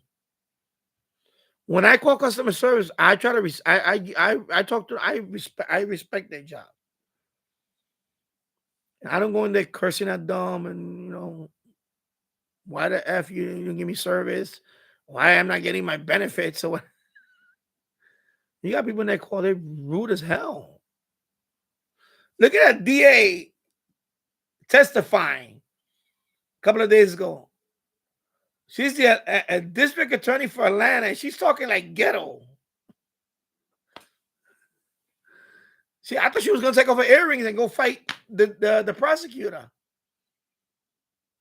Like, you're a district attorney for Fulton County, Atlanta. How are you acting like this? Like a hood rat. I guess you can take the hood out of some people. Like, no, I only drink nothing but Grey Goose. He drinks wine. I drink Grey Goose. Like, I always carry cash on me. I got cash all over the place. I got cash in this box. I always get cash in my pocket. You're the DA, the district attorney. Why you talk like this? It's like we lower the bar so low now. Like the bar is so low now. Like she went to law school. I'm looking at her, how the hell you got through law school the way you act? You know? I couldn't go. I'm gonna say I'm a smart guy. Have I had a chance to go to law school and I had the money to go to law school, I could have been a good lawyer. I would have passed law school. But I didn't have the money to go to law school. It's very expensive to go to law school. And I'm looking at this woman. How the hell did she get through law school? How the hell did she become a district attorney? Because what I saw up there sitting now is a hood rat. You're a hood rat. Oh, I always carry cash. I got cash in a lockbox. Like, you know, freaking ghetto, man. Seriously. I couldn't believe what I was watching. I was like, is this Jerry Springer? I thought it was Jerry Springer. I thought she was going to take her earrings out and go fight the because she was, that prosecutor was, she was cool and calm. She was like a pit bull. That prosecutor was no joke. And you're a DA. You should know how to act. You shouldn't tell them more. Just answer the question. She wasn't answering because she was like, well, yeah, you're a liar. You know, like I'm looking at like, yo, did you not learn anything in law school? You know, even I know that when you go up to the stand, you answer the question. That's it. You don't go beyond the question. You don't answer beyond what you're supposed to answer. That's it. Yes or no. She's like, well, you know, I always carry cash on me. I got $10,000 here. I got a lockbox over here. My daddy taught me how to carry cash. I'm like, is she for real? Yeah, and she's not classy, that's for sure. That shit went out the window. The minute she sat down and I saw her mannerism and I want this document here. I want this document here right now. Like, the judge is looking like, wait a minute, you don't run the court, I run the court. The judge had to give them 5-minute timeout because they were about to fight. Yeah, I'm like, have we lowered the bar so low now? Like, how the hell did she make it to law school? And see, I just went back to what I said earlier. I have no faith in the system when you got people like this. When you got people like this running the courts, do you think I'm going to have faith in a system like that? She's sleeping with her contractor. You know, you're not even supposed to be, you're not supposed to sleep with your contractor. That's conflict of interest already. Let alone taking money. The fact that even if you're not sleeping with the contractor, the minute you have any romantic thing with the contractor, that's it. That's a conflict of interest. Well, it didn't happen on this day. It happened anyway. Well, it didn't happen on this day. It happened on this day. No. Yeah, it doesn't matter when it happened. It already happened. You guys hooked up. And then I don't even know what Belize is on the map. Like, I know what Belize is on the map. I can tell you what is it, Central America, Belize. You never heard of Belize? You go there on vacation, you don't even know what continent Belize is on? Belize. Oh, I could have found it on a map. That's how smart you are. Dumbass. You don't know what Belize is? You went to Belize on vacation. Surely you couldn't look at a map and see where Belize is at? Yeah, I know if I go on a vacation anywhere around the world, I want to look at it on a map. Oh, this is where I'm going right here. I'm going right here. Belize right there, right next to Honduras. right there, Central America, right there, San Salvador, or excuse me, El Salvador, because San Salvador is the capital of Salvador. And there you go. See, I know. See, yeah, I know geography. Don't you know? I know what Belize is at. She didn't know what Belize is at. Exactly, ready. The phone map, Google, because I want to give him 50 big. He's a hood rat. That's a hood rat. Because, you know, when I had my 50th birthday, it wasn't a good birthday. But I want to make sure he had a good birthday. So I'm going to give him 50 big. So you know what she did? You know what she's saying by that, right? 50 big. I mean, she rocked this world on his 50th birthday. That's ghetto talk for her. She rocked the man's world on his 50th birthday in Belize. That's what she's saying. That's ghetto talk for her. I rocked his fucking world in Belize on his 50th birthday. He's never going to forget my ass. Sorry. PG just went out the window on this one. That's ghetto talk for 50 big. All right? I spot that one. She even had that smile on her face. Yeah, I made sure he remember his birthday. He's been 50 big. He went big on him. Yeah, I'm telling you, I should be on the radio, man. Yo, you gotta send this tape to a radio show. I could do a radio show on all this.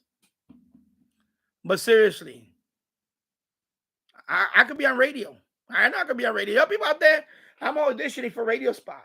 I want to do a radio show. But you know, the minute she sat down, maybe 3 minutes into it, I said the ghetto is gonna come out. The ghetto is gonna come out of this woman. It was ghetto. The ghetto. No matter how educated you are, no matter, I know she went to Howard University.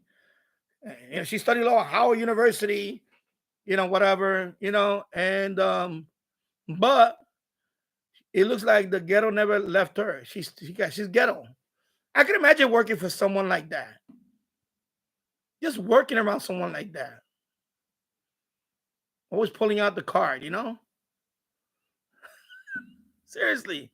And then the other one, the ex-boy, he was the ex-boyfriend now, you know, the guy that the fair guy, the other guy, the partner.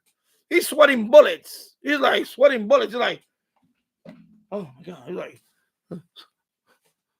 he's sweating. That's what we saw, Jerry Springer. That's what we saw up there. I said, is this a court case? Yeah, Mad TV. And then the other guy, his partner, like he can't remember anything. Like, do you remember what day they filed the divorce? You don't remember? Like you like all of a sudden they don't remember anything.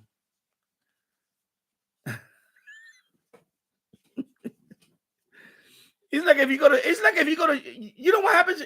Let's talk about Judge Judy. If you go to Judge Judy, I can tell you that. If you go to Judge Judy without a receipt, you're dead. Because she don't play that. That's the minute you say, okay, Judge Judy, you know, can I bring it? Do you have a receipt? Oh, I don't have no receipt. That's in case the case goes to the next person. That's Judge Judy. Don't go to Judge Judy without receipts. Because you're going to lose. That's automatic. You're going to lose with Judge Judy.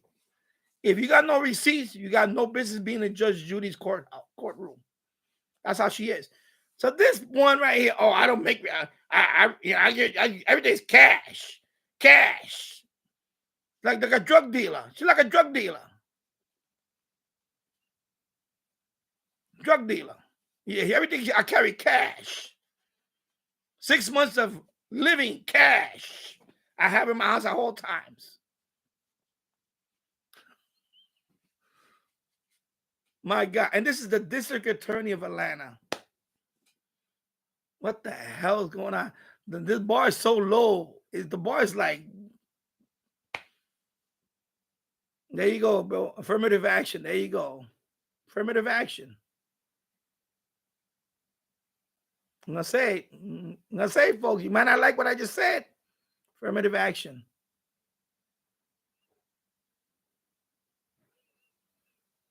You set the bar low. You hire people other than for their qualifications. You know what I mean by that? This is what you get. All right? Yeah. I had to go on a tangent on that because, man, this week was crazy. This week was nuts. Grey Goose. I still have never had a Grey Goose in my life. And I hear that around here all the time. Grey Goose. You hear that in rap songs. Grey Goose. So that's what she said. I drink nothing but Grey Goose. Grey Goose. Cranberry and Grey Goose. Oh my God. Oh my God, what a hood rat. You know, that's a hood, that's as ghetto as he can get being on that stand. Yeah. So let me read over here. I'm going all over the place today. I gotta entertain today. I'm on a roll today. I'm gonna skip over here because I think there's something got deleted here. Oh, so you gotta add. Yeah, right now I don't get the ad warnings no more. They just put the ad. I don't get that. Before I will get the warning that I'm about to get the ad, and if I have the option to skip it, no more. And the heart is gone. I don't have that heart thing. I have an empty space there like a circle, but there's no heart there. So I don't know what YouTube is doing now. But anyway, now I don't have the choice to skip the ad. It just plays it. I don't even know when it's playing it. Yeah. And Keegan said he had the usual salad too. Yeah. Yeah, maybe we could use Cologuard, right? Put everything in a Cologuard box, and nobody will mess with your packages because they'll think it's poop in there too. Biohazard. Oh, you don't want to be handling that box because if you drop that box, somebody's poop might come out of that box. For those of you who don't know, I'm going to show you again. Yes, I have this too. I have Cologuard. See, Cologuard. And you got the little bucket thing in there, and there's a bucket in there where you have to handle your business, and you seal it, and you send it up to them so they can check your sample. Ain't no shame in this channel. And I said, man, this guy talk about his pooper.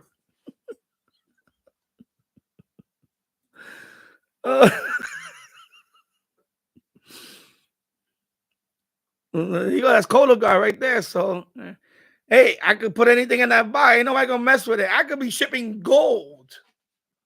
I could be shipping gold in that box. Ain't nobody gonna. I could put diamonds in there. Ain't nobody gonna Porsche pirate that box. You gonna Porsche pirate this box?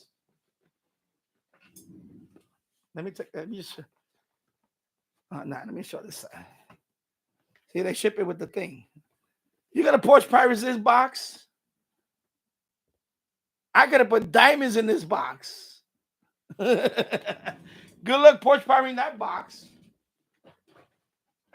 They'll be like, man, yeah, that Cologuard box look good. Let's steal that package. Nigga said, nah, I'm gonna pass on that. I'm gonna keep that box. I'm gonna pass on that. Cause you know what's in there. You know what's in that box.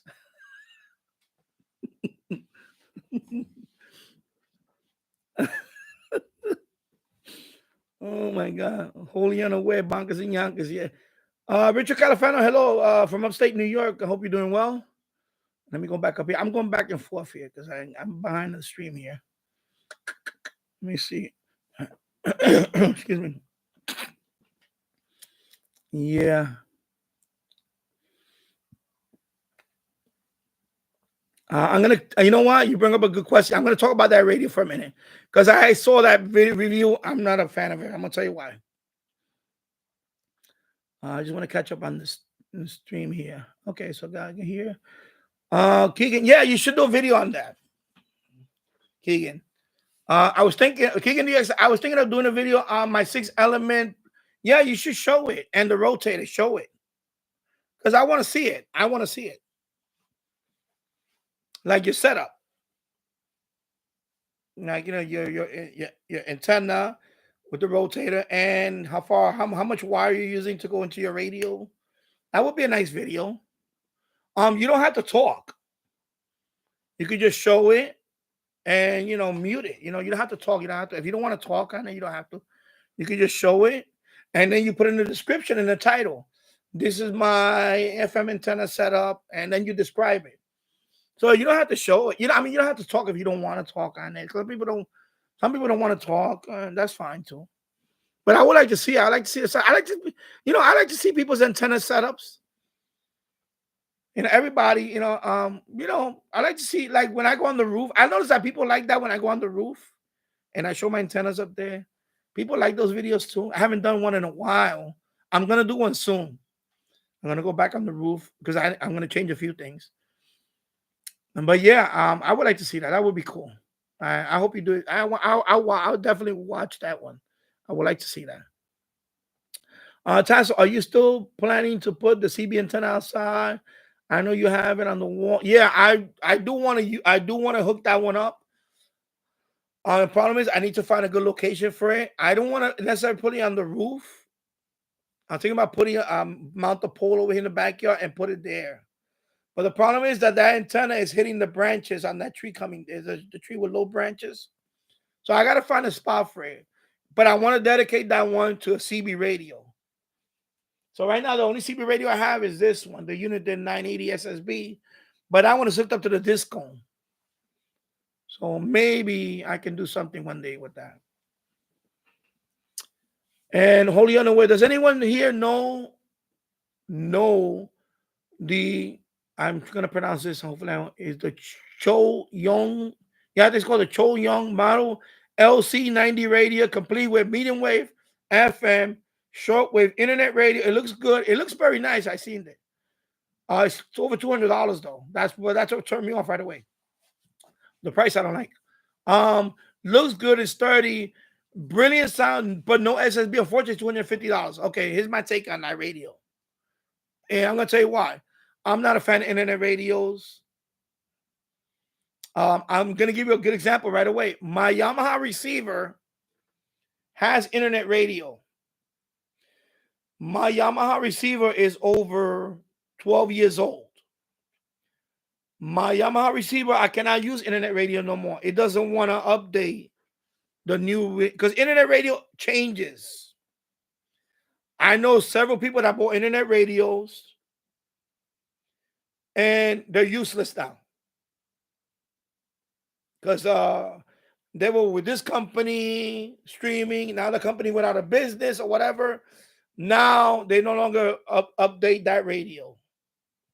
So that's wasting money right there on that internet radio. Another radio, same thing that happened. It happened to several people I know with internet radio. So internet radio for me is not the selling point. I know they try to, you got internet radio, is good. It looked like a nice radio, but then I saw the price. That's another thing. $250. And I say, well, I have a bunch of radios that are better than I have a TPL 660 that'll probably blow away that radio. PL 660, D808, Texan XH there, D808 blow away that radio. So, and that's $250. This is less than $100, a PL 660, and the SH there, the D808 is again under $100.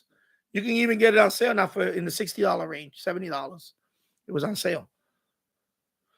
And the SSB, I don't care about the SSB, because if you want an SSB, you get a radio, you get like a D808 for that, or the PL660. Again, way cheaper than that $250 radio. But I know somebody made it. I don't want to mention this channel because I don't subscribe to this channel no more, and I don't want to give him no. I know he called it the greatest radio ever, whatever the stupid title he gave it. but it's not worth $250. Number one.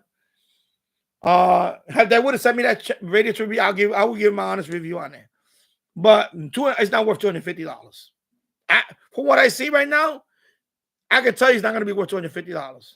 The internet radio thing, I know it's a nice, it seems like a gimmicky thing. Internet radio, you get burned with internet radio devices because it seems that every so often they do, and I'm gonna get to that point, Jim. Exactly, and of course a computer. Any smartphone doesn't have to be a touch. Any smartphone you can get internet radio. Any smartphone, any computer, any device. This is a $20 Linux box, Android box. I can get internet radio on this. My Roku TV has an app. They have internet radio apps, and they're free. It doesn't cost me extra if I want to listen to internet radio. Internet radio is all over the place. The problem with when you're dealing with a device now, like what happened to my Yamaha receiver? When I bought my Yamaha receiver back then, it was a nice little gimmick. I didn't buy it just for that. It's a nice receiver anyway. But the fact that it came with the internet radio part, it was called net radio. That's the input.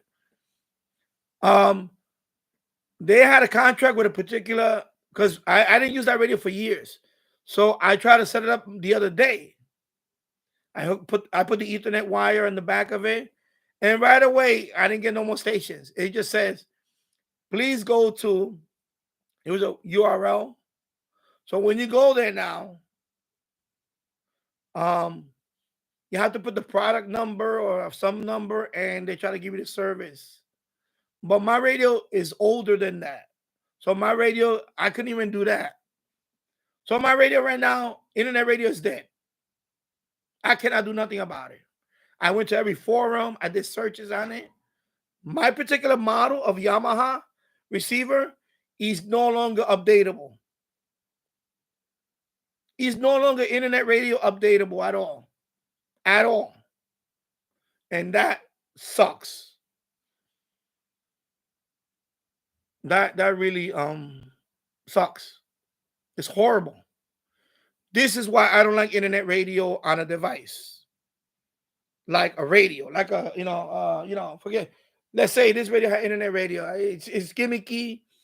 It's gimmicky. I don't like it. And you know what? I know I've seen plenty of YouTubers that they had dedicated internet radio. I know Jill's had her internet radio. One of his early videos, it was another internet, not the one that he got recently, another internet radio that he had before. And that one it stopped updating his radio. And now that radio is like a brick. From what he said, I think it was useless. So that radio, that Changyang LC, what is it again? What is that? Let me see that model again. I'm sorry. I'm going to go back to that model real quick. Let me see. Wow, I'm behind a little bit here. Jesus. I'm almost there. The Changyang LC90. I wouldn't pay $250 for that radio. I wouldn't even pay $100 for that radio. Cause it looks like it looks like a nice looking radio. It looks kind of like, it seems to be like a little bit, it looks like a nice little built radio. But the gimmick about internet radio, I wouldn't buy for that reason. I wouldn't buy it. And I think it has Bluetooth also, if I remember. But $250, no, I read that price. I'm already looking at the PL 990X. Something like that. I will be looking at that PL 990X or even a PL 880. And you're going to get a lot more fun out of that radio. At that price range, or even the Sangean ATS 909, the original one, 909X, or the X2 even. If you can get it, if you shop around, you might get a good deal on that. I've seen them. If you shop around, you get a good deal on it. So that Changyang and LC, I wouldn't pay $250 for that. Hell no. No way. I saw it and I didn't see his review because his review is biased. I'm sorry, I'm gonna say it. You know, I try to one thing is when I subscribe to a channel and I leave comments and you just totally ignore me, you know what? I'm gonna subscribe you. And that's what I did with him. I know he has a farm and all that, whatever. And all of a sudden now he's an authority on shortwave radios. No, you're not. No, you're not. No, you're not. They just send you radios so you can, you know, whatever. And you know, I'm not saying that he's, you know, but you know what? Like, you lost me when you can't connect with your audience.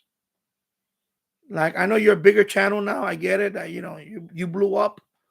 But I'm sorry. You know what? If I leave 6 comments, whatever amount it was, in 3 different videos, or I'm not a 3, 6 comments in 6 different videos, and you don't reply not even one over a few months, you know what? I don't want to subscribe to a channel like that. That's the way I am. I'm sorry. I'm subscribed to channels that got 600,000 people, and he'll reply to my comment every once in a while. Okay. Not all of them. I get it. But at least 1 out of the 6, he'll say thank you and whatever. Oh, and he'll heart the comment or something like that. And this guy, you know, he just doesn't reply to anybody. It's like only way he feels like it. And and it was one was about the cement mixer, portable cement mixer, not portable.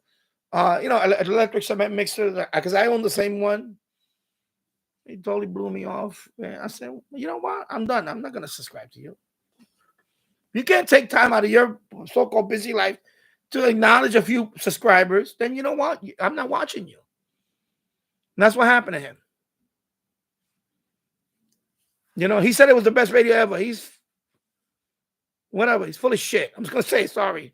You're full of shit. Sorry. VT Radio, I hope you're doing well. Paul AA1SU checking in from. You see that? When you say that, the best radio ever, that's false advertising. You're lying. You're just, it's not the, why? Because it has internet radio? Like, the guy doesn't know what he's talking about. Like, stick to the other stuff you do. Like, Jesus Christ. Because I saw the headline. I was like, I didn't go to this video. I looked up that model. That's the first thing I did. I said, I don't watch it's stupid. I don't watch stupid.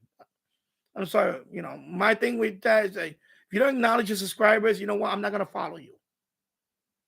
I'm sorry. I'm not going to follow you if you don't acknowledge subscribers. You know? And what I mean by that is, I'm not being unreasonable. We're talking about a long time ago before he was at this number. We're talking about 4 years ago. He was a lot smaller channel 4 years ago. And he wouldn't reply. I was like, okay, you know what? I'm done. Bye-bye.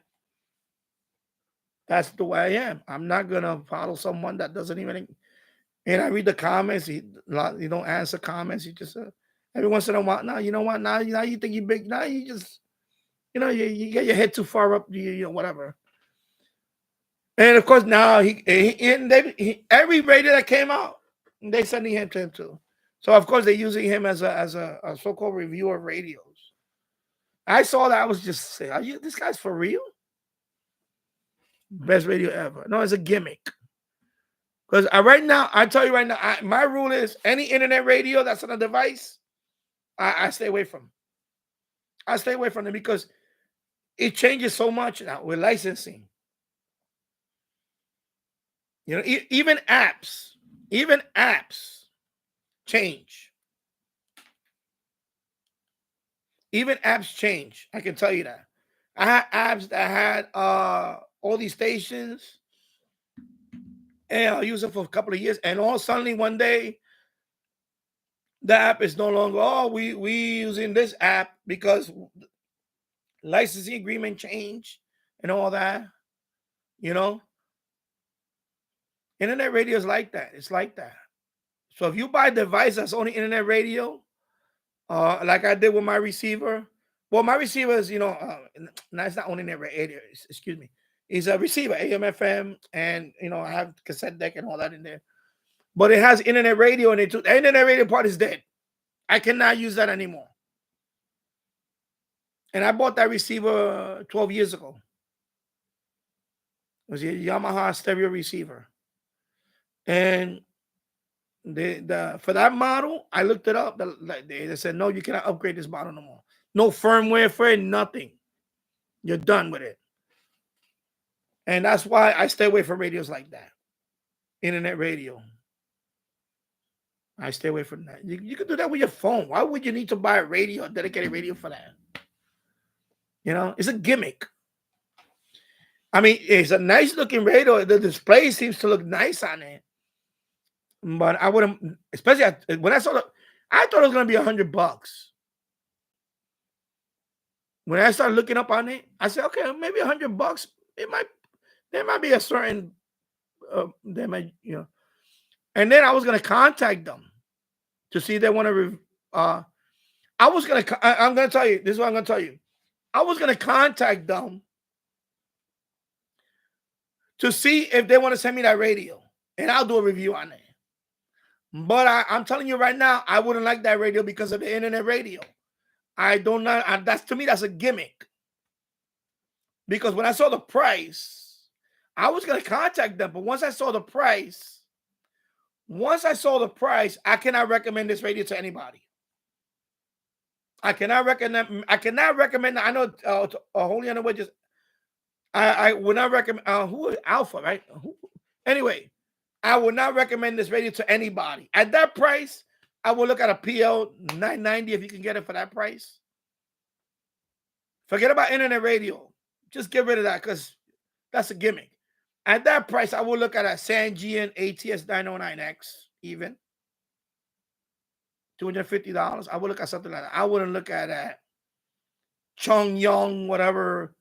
No. So that's why. Yeah, but even if they upgrade, I wouldn't trust it. Because that could change. That happened to my Yamaha receiver. Yeah, Tasso, but he has more than one. The new one, the one he showed recently, I'm talking about he had an older one. He had an older one that he couldn't upgrade it no more. It's dead. Yeah, exactly, Michael. The one I have now is upside. I think he has one that's like that. It's dead. It might have been Ocean Digital or something. Okay, Keegan just sprung up. I think that was one of the ones I don't know which one. Anyway, I wouldn't trust it. And I think at $250, that would have, first of all, it's way overpriced because it has internet radio. Nah. So yeah, I wouldn't even bother with that. So let me go back up here. So yeah, so that answers your question. I would not recommend that radio. $250. I think that's way too expensive. But just getting internet radio is no guarantee that's going to be in 10 years. There's no guarantee that radio is still going to have internet radio functionality. There's no guarantee. My Yamaha is a way bigger company than Changyang. Okay, and my Yamaha receiver became obsolete. And I didn't know this happened in 2017 because I have not used that receiver in a while. So when I started reading up, I said, this thing 27. I said, I think it only goes back to receivers that came out in 2017. My receiver came out in 2012. So I was out of luck. No way I could upgrade it. So now my receiver has net radio. Part of the receiver doesn't work at all. It's dead. That's why I would never, ever, ever buy internet radio device of any type. Nah. I can do it with my phone. I can go on my computer. Or my Roku TV has apps for it. Or Amazon Fire Stick on my other TV. That's it. I don't need it on my so-called. I don't need it on this.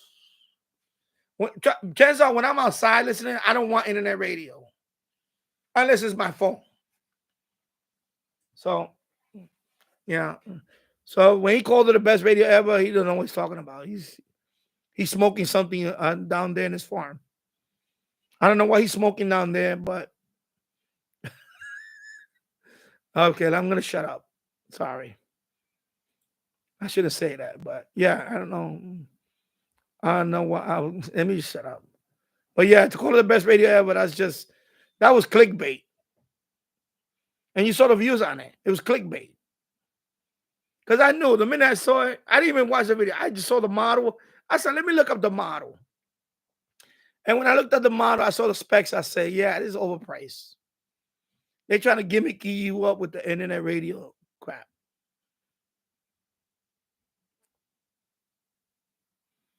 You know, they try to gimmicky you up with that. That's gimmicky.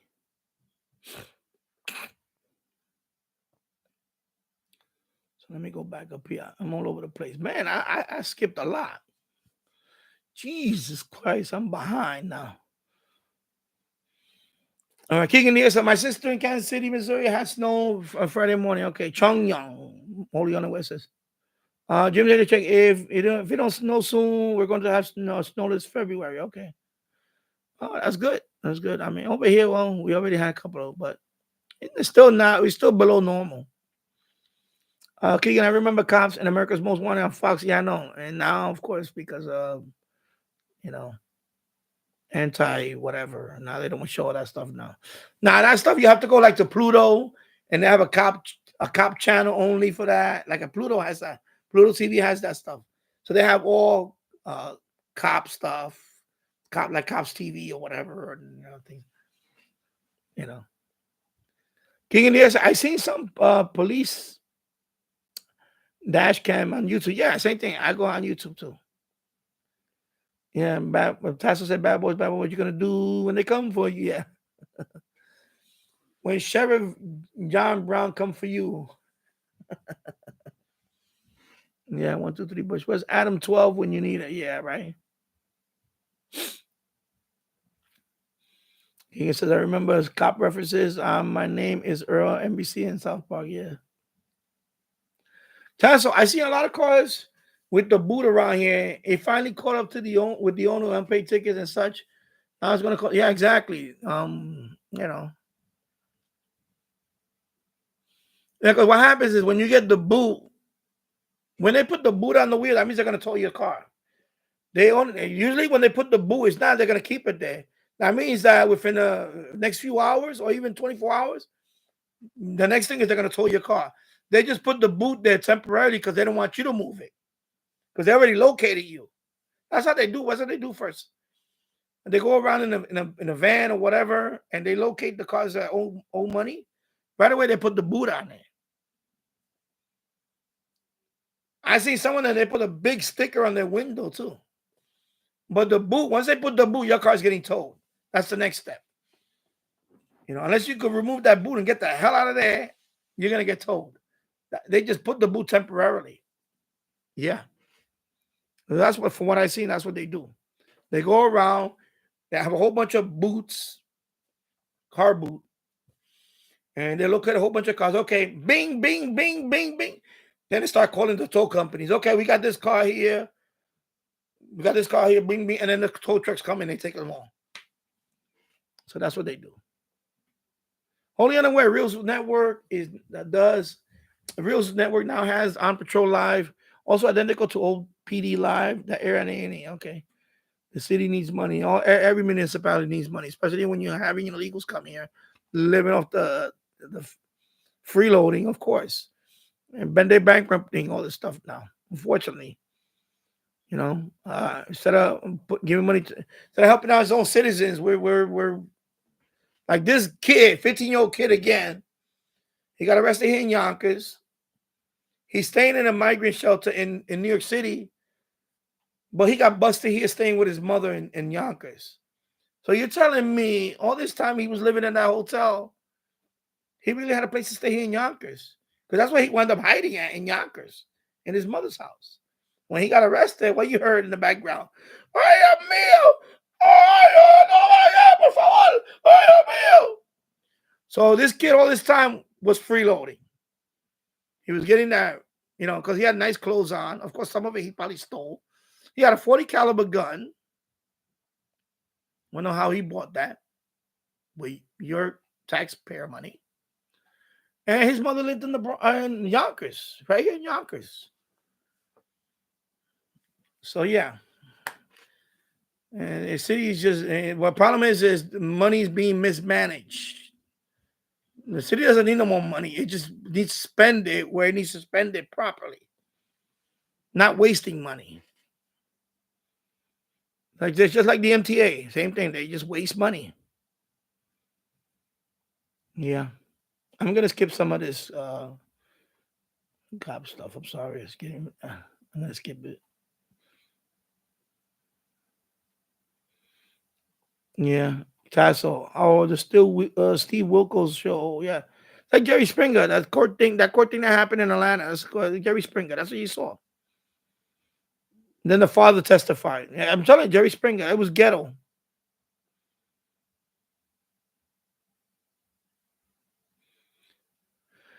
Tassel, if I'm thinking of the same case, I try not to watch it on the news. Yeah, I just because I had it on the was it Fox the streaming one, and they were showing it. I'm here eating my lunch, and I just watch it. And to me, it was like watching a Jerry Springer show. It was a clown show, and this is the district attorney talking like this, like a hood rat.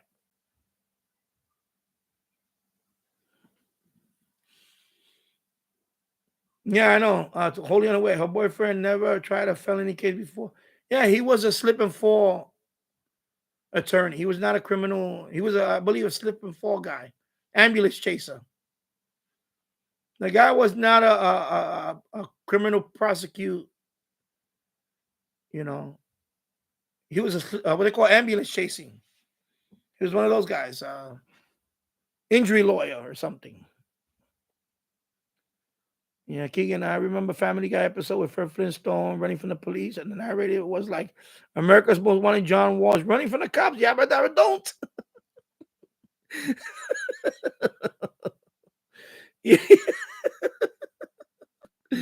I can imagine that Fred Flintstone running away from the law.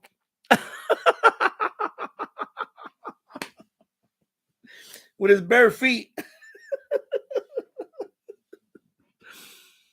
With that snaggle, what is it? Saber-tooth tiger gown that he wears. Running from the law. Yeah, but never don't.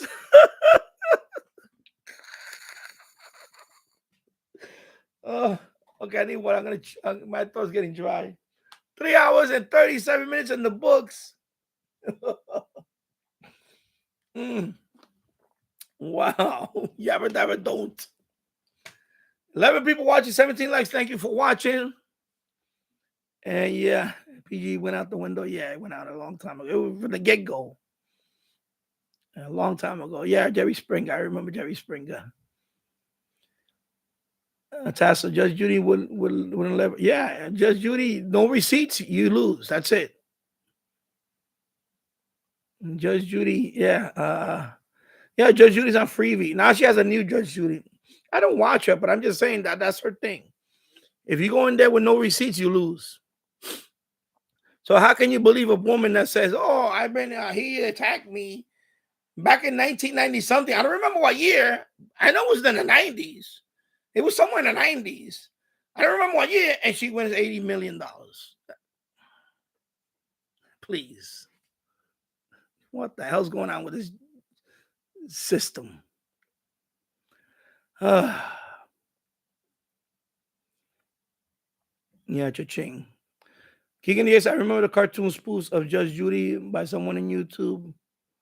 Channel name, I don't know the name is the channel, sorry. I'm not going to with a character and from TV shows and movies such as Archie Bunker, All in the Family, okay, and Tyler Perry, Medea.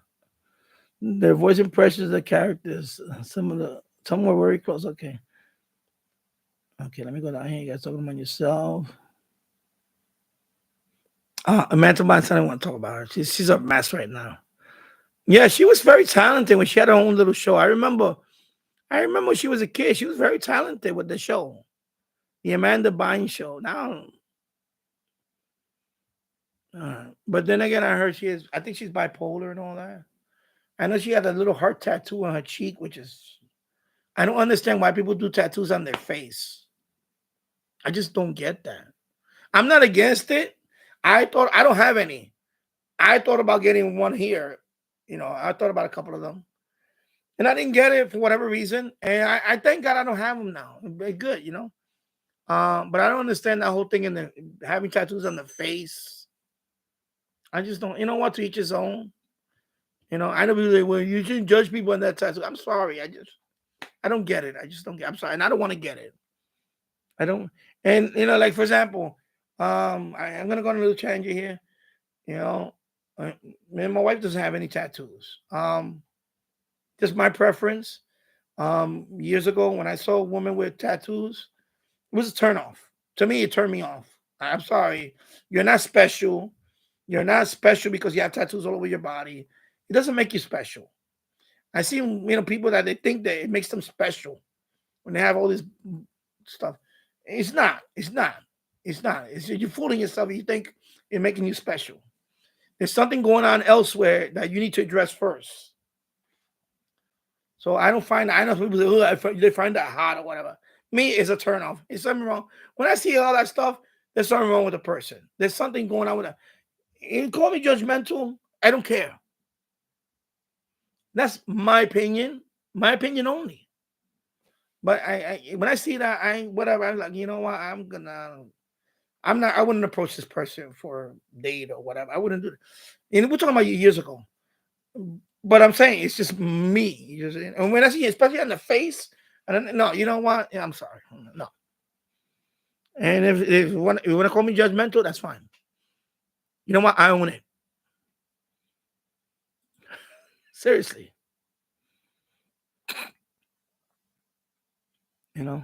Yeah. That's a major turnoff for me. Always have, always will. Especially when you get older, older. You see an older woman with that, like, are you kidding me? Like, what the hell? What the hell are you thinking? Seriously.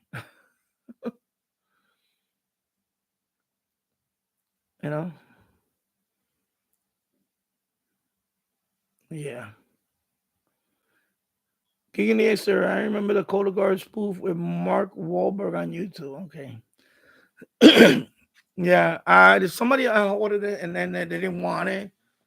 Or they weren't going to use it. So I said, you know what? I'll take it. I don't know if I'm going to use it because I really recommend that you go to a doctor, to a gastro doctor, and just get the colonoscopy.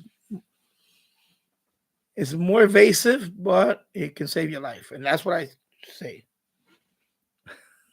Let's just move on with this Cologuard stuff already.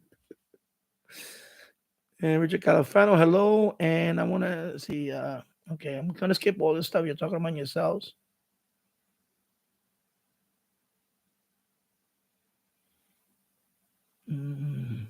Only, you know what? Danny may be old. I'm not that old. Come on.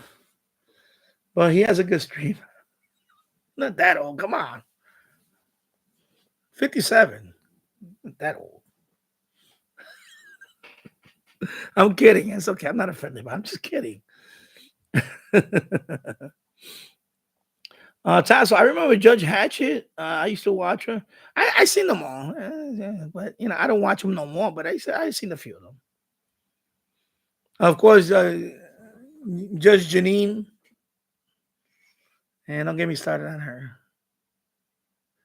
I mean, I like her. I like Judge Janine. I like Janine Pirro. I like her. She was a district attorney in Westchester County years ago. She was a DA. I remember. Janine Pirro. Judge Janine. No, don't get me started. I don't want to get in trouble. I'll leave it at that. Richard Califano, hey Danny, what would you say is a good multi-coupler for 4 radios? I don't have any multi-couplers. I just can't afford them. They're too expensive. They're very expensive. A multi-coupler between let me explain quickly if I could explain it. This is a switch, okay? This is a 3, and you can share one antenna with 3 radios, or 3 antennas. You could reverse it. 3 antennas with 1 radio. You could do it either way. A switch. This is more affordable. Okay, you switch. That's it. Multi-coupler. I don't know what's the difference. I think the difference is I think you can share them all at the same time. There's no switching. It's almost like a splitter. Is it like that, a splitter? Let me think what it is. I think also it isolates each one better. So yeah. I'll be honest with you. I don't, when I see the price on there, I really don't care. I get a switcher. I mean, because that's like for real. I know Jules has his. Because I looked into that. I looked at multi-couplers, but they're very expensive. And like, for example, this switch, the MFJ 1886 loop, right? I'm sharing 3 radios with it. I'm happy with it. I'm happy with a simple switch. Do you get any loss here? There might be I don't know what the number is. It doesn't make a difference to me. I know multi-couplers supposedly, because they're also, when you have a multi-coupler, I think they do come with a plug, and they're powered that you don't get, I think the signal loss is a lot less than a switch. But to me, it's not worth a ridiculous amount of money on a multi-coupler. I'm sorry. I'm being real here. I'm not an audiophile. I'm not a super duper, I know somebody's going to say, well, that's bad advice. No, it's not bad. My hobby is what I can afford. I think a multi-coupler is out of my price range to buy. If every switch I had was a multi-coupler, we're talking about a lot of money. Each switch is like, these are $30 switches. $30 switches. $30, $40 range switches. Okay? I'm very happy with them. Very happy with them. And I have, for example, the end-fed. I transmit on the end-fed, and I receive on the end-fed. It's a $40 switch. Very, very happy with it. When I say that, I'm not blowing smoke up nobody's, you know what? I'm very happy with it. Yeah, multi-coupler. Yeah, that's, to me, I think it's overkill for radio. I don't know. It's just, and I'm telling you, I heard every band. I heard shortwave band, of course, medium wave band, longwave band, VLF on with switches and all that. Is a multi-coupler better than a switch in terms of loss? Supposedly, yes. To me, it doesn't make a difference. Maybe I might lose a couple of, maybe an S unit or whatever of the signal. It might be the difference between me picking up a very low signal. Then yeah, maybe, but it doesn't justify the price. Some of the multi-couplers I seen 4. What's the one you was talking about? 4 radio one, way over $100 easily. I didn't want to look it up, but I know that I seen them. They're very expensive. The one that Jill's got, I looked into that one, and it's just too pricey. I'm happy with switches. Okay, that's a discount switch. If I need more, I'll get another switch. I can branch out. They gotta have multi-coupler that have 5 and 6. Yeah, that's now you're getting. And it's only 3 in 1. Now, if I want to switch to another radio, then I have to manually switch it to another radio. I do that. But this is only under $40. I'm not spending $300 or $400 or whatever amount it is. It's just ridiculous. And I'm happy with it. I'm happy with switches. So,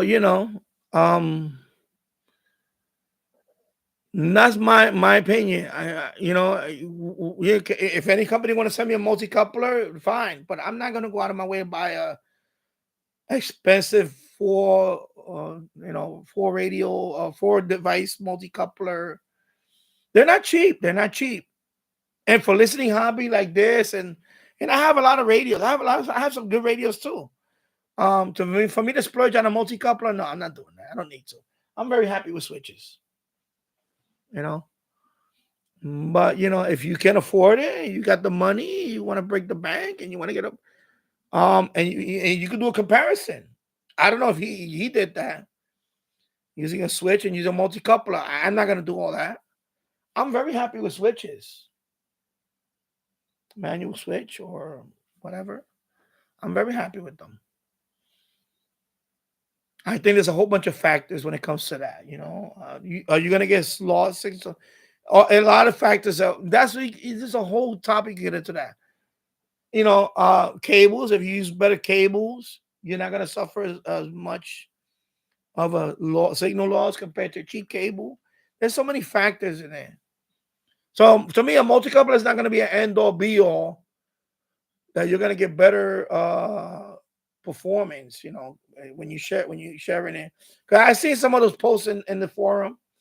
Is it okay to share one antenna with a how they call that? With a splitter? You can, but each radio is different. That's another thing that he mentioned. And I agree. Each radio handles it differently. Even with a switch, some radios might be prone to, for example, I don't know what the terminology is. Like the signal or the audio can leak to the other connector or diminish the other connector. There's but I don't have that issue. I've never had that issue by using a switch. I never had that issue. So to me, a multi-coupler, there's like, for example, Paul, he's more experienced than I am when it comes to radio. I don't know if he agrees with me, but I think multi-coupler for me, in my situation right now, is overkill. I'm very happy with switches. It's overkill. And I think if depending on where you are, the price point, if you want to, me, it's overkill. Same thing with television. I use splitters. Do I notice it? Yeah, with splitters, you notice it. In television, you notice it a lot more. If you use a splitter, and there's one, when I split the TV signal, and one cable is a little longer than the other, I can notice it right away that the signal with the longer cable run, he's not going to get as many channels as the shorter cable run. And again, that's right there telling you, shorter cable run, you're going to get better. There's so many factors. There's so many factors. So multi-coupler is not going to be the end-all be-all. It might be, your antenna might be too far. Instead of running 75 feet, you might have to run it 50 feet away. Something like that. I don't know. Depend on the frequency. You VHF, UHF, you need a shorter cable line. Then you need a shorter cable line than shortwave. Shortwave doesn't really, or long wave doesn't really matter. But UHF, yeah, you can't have a too long cable run because it diminishes. So my answer is I don't really care for multi-coupler. It doesn't work for me here. I don't really need it. And they're expensive, and if you want to get one, but you remember there's other issues too you have to address. In my case, I'm getting shorter cable run here. I noticed that's another thing. That's the problem with the basement. I had to run a longer cable all the way down to the basement. So it'll work for shortwave, it'll work for medium wave, but I'm noticing now with UHF, VHF, now I know better now that it's going to be a problem. Because I done it here. I had TV antenna right above this roof. Even it was that cheap antenna, the one that Tyler doesn't recommend. I had it right above the roof here with an umbrella stand. A short cable run, only 25 feet of cable. And I was picking up a lot more channels. I would have ran it all the way down to the basement. 75 feet of cable compared to what? 25 feet of cable compared to what? 75 feet of cable. Big difference when it came to television. Big difference. A 20 channel difference. or more. I think it's 20 channel difference. And signal quality was way better on the shorter cable run than all the way down to the basement.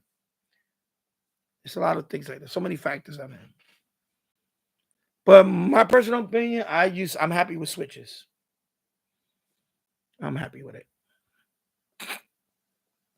So I hope I answered the question the best I can. But it's not because I seen multi-couplers, and when I see it, I said this is overkill. Doesn't work for me. I don't really need it. So I cannot recommend you one because I don't use them and I really don't need them. Yeah. So I filmed a few videos. I want to fully review the SS data. Yeah, you should. You had a few videos posted and you took them all down. I don't know why you did that. You should have left the ones that you should have. If you didn't like them, then that's fine, I guess. But all right, I'm gonna start skipping the court stuff because I want to wrap up soon and I want to cover some stuff I need to cover. So I'm gonna go through all this. Yeah. So Richard, that's my my answer is I don't really care for multi-coupler. It doesn't work for me. I don't really need it, and it costs a lot more money. I'm very happy with switches. If I want to connect multiple radios, share an antenna, I could, of course, I use it vice versa. Of course, like for example, this one MFJ, I have 3 radios. Already has 2 radios connected. There's one missing. I have 2 radios that I use with the MFJ. One of them is SDR. And Fed, I have that for my transceiver. 2 transceivers I have here. So 2 out of the 3 are transceivers. Okay. And I'm very happy with the switches. Very happy with that. And they're not cheap switches. The reviews of these are pretty good. But yeah, I'm happy with that. I'm gonna skip all this judge stuff. Yeah, I'm not gonna mention this channel. He's best radio ever. I don't think so. I'm gonna skip all this. Yeah, James Radio. There's many apps that have a lot of stations. There's quite a few of them. And yeah, so that's why the whole internet radio thing. I would not buy internet radio device. That radio that has the internet radio feature in it is way overpriced. $250. At that price, I'm looking at way better quality shortwave radio, AM, FM, medium wave, FM, shortwave, even long wave. Yeah, isn't it? And the internet radio you can't rely on it. It changes. It might work for a few years, and then all of a sudden they'll change to something happens, I'm falling out with the company or licensing agreement. Or suddenly, instead of you having 1,000 station, now you have a handful of station, or you cannot get any, and things like that. So I stay away from internet-based radios only. T-Radio 1972. Excuse me. I had to step away for a bit. I had an Android-based internet-only radio. I wouldn't buy another one unless there's any way. Yeah, exactly. I stay away from no internet radios now. Yeah, and I'm not bashing. Internet radio is great. I listen to a lot of streaming. All my streaming I listen on my phone.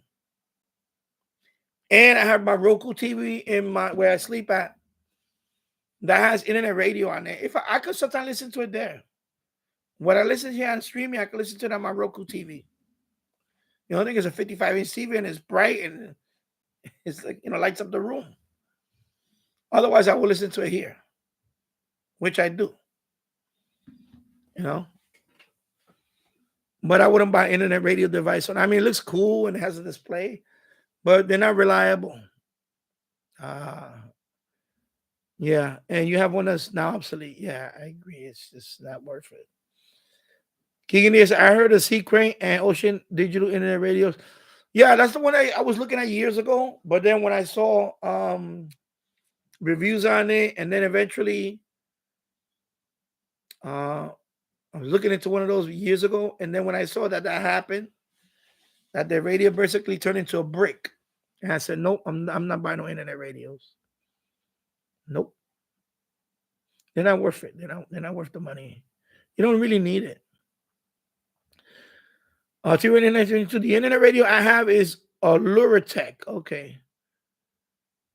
Yeah, but I wouldn't buy that radio. That Chongyong LC90, whatever. I wouldn't buy that radio. I think even $100 out. I wouldn't even want to buy that radio because the internet radio is not the internet radio part is not compelling enough for me to buy it. So that wouldn't be the big selling point for me. You know? Yeah, exactly, Tasso. Just use the Bluetooth connect to your smartphone. Yeah, if you're, yeah, I wouldn't exactly. I wouldn't.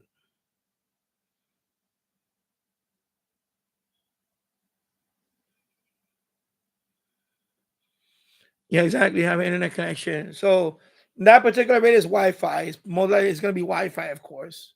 So you're gonna have to set up Wi-Fi in that area in your, so the internet radio is gimmicky. When you go in the middle of the woods or whatever, say you're in a whatever, I don't know, you're traveling, you're at a rest stop, it's not gonna work for you. Unless you got a public Wi-Fi you could use it on. It's useless. It's useless.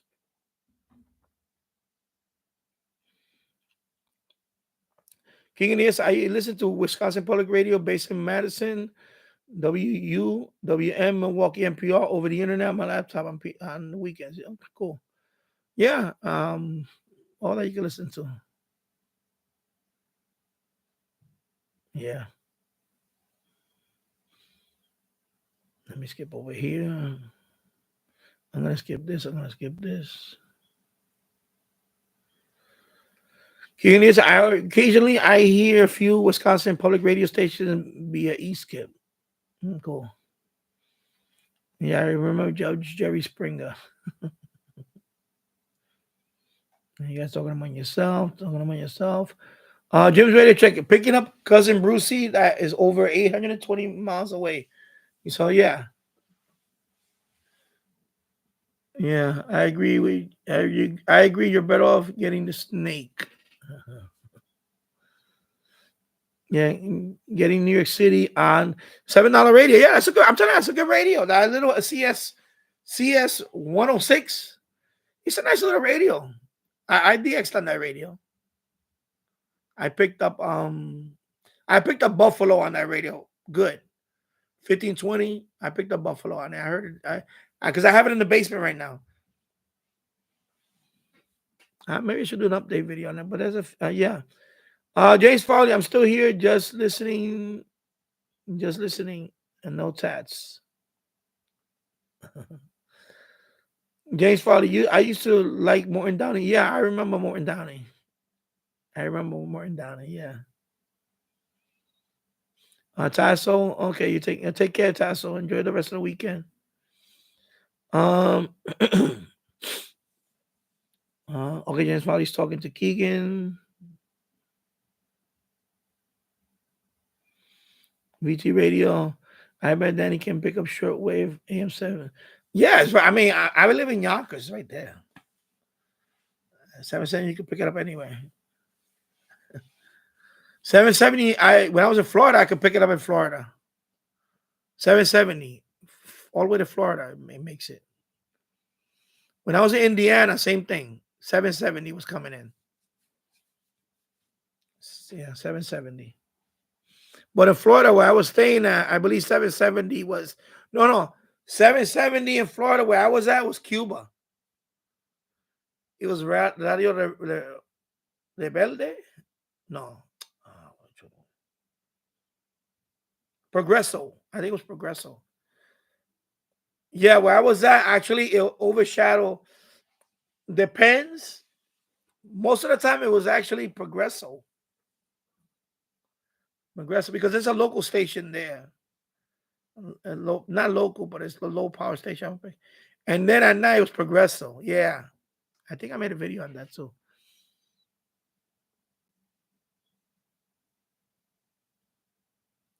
Yeah. Go back up here. Let me see. Let me read. I just wanted to. So you're getting. Let me see. VT radio on the Kenwood R2009. That's nice and clear. Okay. Also on my Zenith Royal 2000. Yeah, that's a nice radio. I like that radio. Royal 2000. And thank you, Tassel. I'm gonna do a gaming, retro gaming stream in the next few days. I want to do another one in the basement soon because tonight I'm gonna be in the basement fixing stuff. I have my yeah. Oh, so it was Rebelde. Okay, Rebelde. Yeah, because that's what I picked up when I was there in Claremont, Florida. 770 and yeah. Yeah, 770. Okay. So you got it up. So you got it up here. Okay.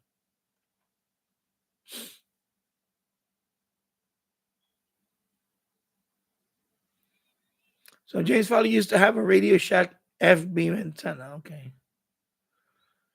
VT radio. In today's New York Post, it says Gen Zers are installing landline telephones as a nostalgia thing. Yeah.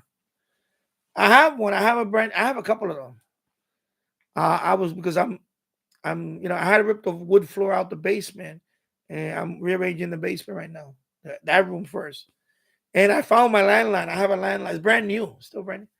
So I'm like, man, I should get a landline and hook this up to see if I could do some dial-up, like nostalgic.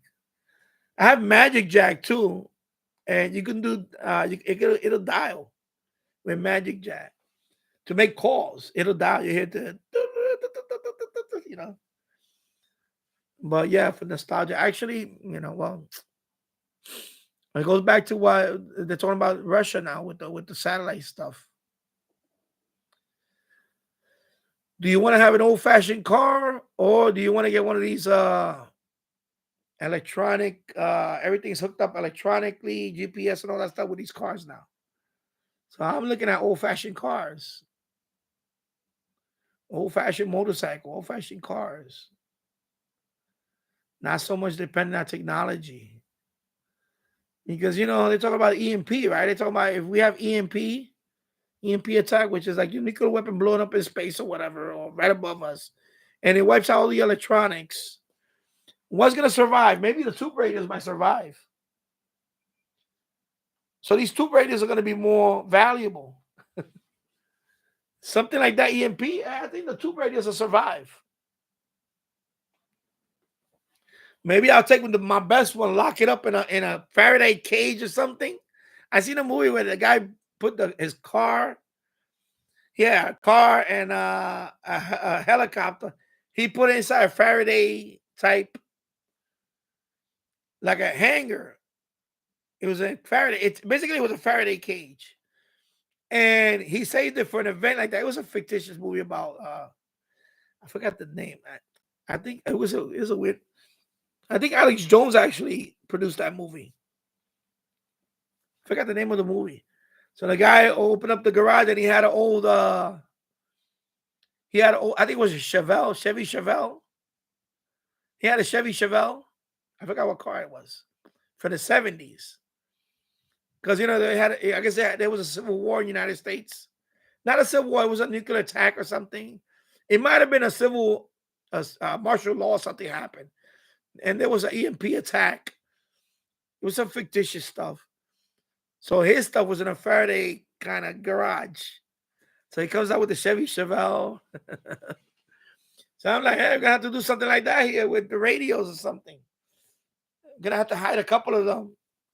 Put them in some kind of safe or something. For, God forbid, we have an EMP catastrophic event, or even what is it?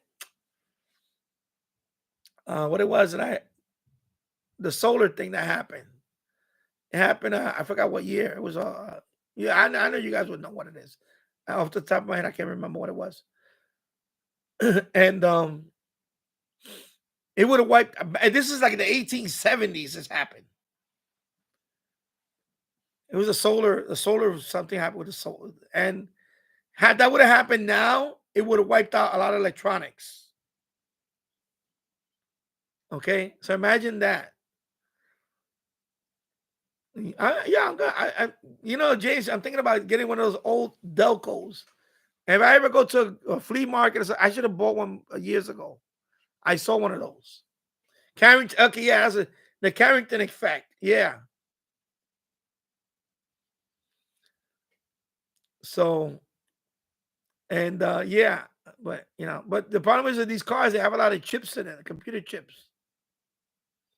So any of those chips can go, like, especially the radios and all that. Not the car, maybe not the car itself, but I'm talking about the radio and things like that, or the navigation system, which I wouldn't rely on it anyway. I can read maps. I remember when a friend of mine, we used to travel, and I would, while he's driving, I open up the map and I would be reading him the map, and I would show him. We pull over. Okay, we got to stay on this. I can read a map. I'm very good with maps. Since I was little, I can read a map. So I don't need GPS. If I could see a map, I could read a map. That's it. That's all I need, maps. And that's what we used to do before GPS was very popular. 25 years ago, and we're going down to we're going to go down to DC or Atlantic City, and we never been there before. I will have the map. Okay, we're going to DC. Okay, you got to get on. Over here, 95 South. Take us to blah blah blah blah blah blah. You know what I mean? And I read the map. I'll be right. I was his navigator. He would drive. I was the GPS, reading the map. Exit so and so, and you got on this one. Blah blah blah. And I did that with my wife before GPS was like I do that. I would tell her, oh, you go here, go here, because I had that in my head too. I was a Danny GPS.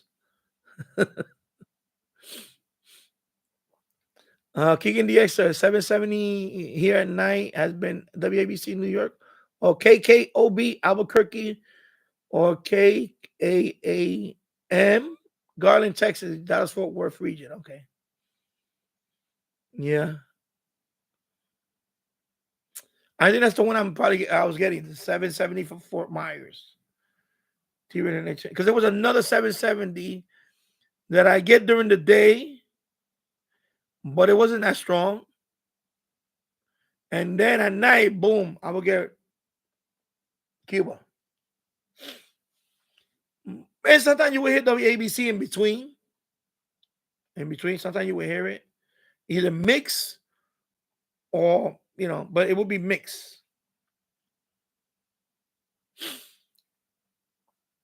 Yeah. Yeah. James Farley, I used to go out to my dad's car and listen to the AM radio that was built in Delco. Yeah, but I remember the Delco. I remember that brand, Delco. And Paul VT radio, and a car acts like a Faraday cage if it's struck by lightning. So you're fairly safe, man. Yeah. But the EMP is a whole different thing. It's not a lightning strike, it's an EMP. It's a whole different electromagnetic pulse. So I don't know. And I know they made fun of the man when he created the Space Force. Yeah, they mocked him back then. Oh, you don't need another branch of the military. Well, guess what? Now you do need the Space Force. Because it did knock out us. We're so dependent on satellites now for everything. GPS, everything. It was a knockout budget. You know what would happen? They're talking about it would cripple the economy. A lot of stuff would happen. Communications. So, and of course they made fun of the man because of that, when he created the Space Force. Now they're all talking about, they're all panicking. I remember when Ronald Reagan he had that strategic, when he saw Gorbachev, the Strategic Defense Initiative, or SDI. Remember that? And I don't know, some of you guys are going to remember that. When he did that, I remember that when he talked about aka Star Wars. And the Russians were so scared. They were afraid. They went to the table. Let's negotiate. Because he was and later on they admitted that they didn't have anything really, but that was like a plan. Exactly. That's why we need civil defense. And hello, Ron's here. I hope you're doing well. And thank you for stopping by here. Ron's here. Ain't shortwave the backup for the internet going down? I think so. Yeah, all radio, medium wave too. Medium wave radio, FM to some extent. Yeah. You know. But in terms of devices, I'm talking about an EMP or what James said. It's possible you could have another Carrington effect. This radio might survive. This radio might survive. Everything else is not going to survive. Probably won't survive. Not all of them. Maybe these might survive. They don't have no silicon chip in them or whatever. Silicon chips and all that. You know, they might survive. These might survive. So I can probably tune in a catastrophic event. These are going to be useless. They won't survive. This might survive. An EMP. It's crazy. Yeah. Excuse me.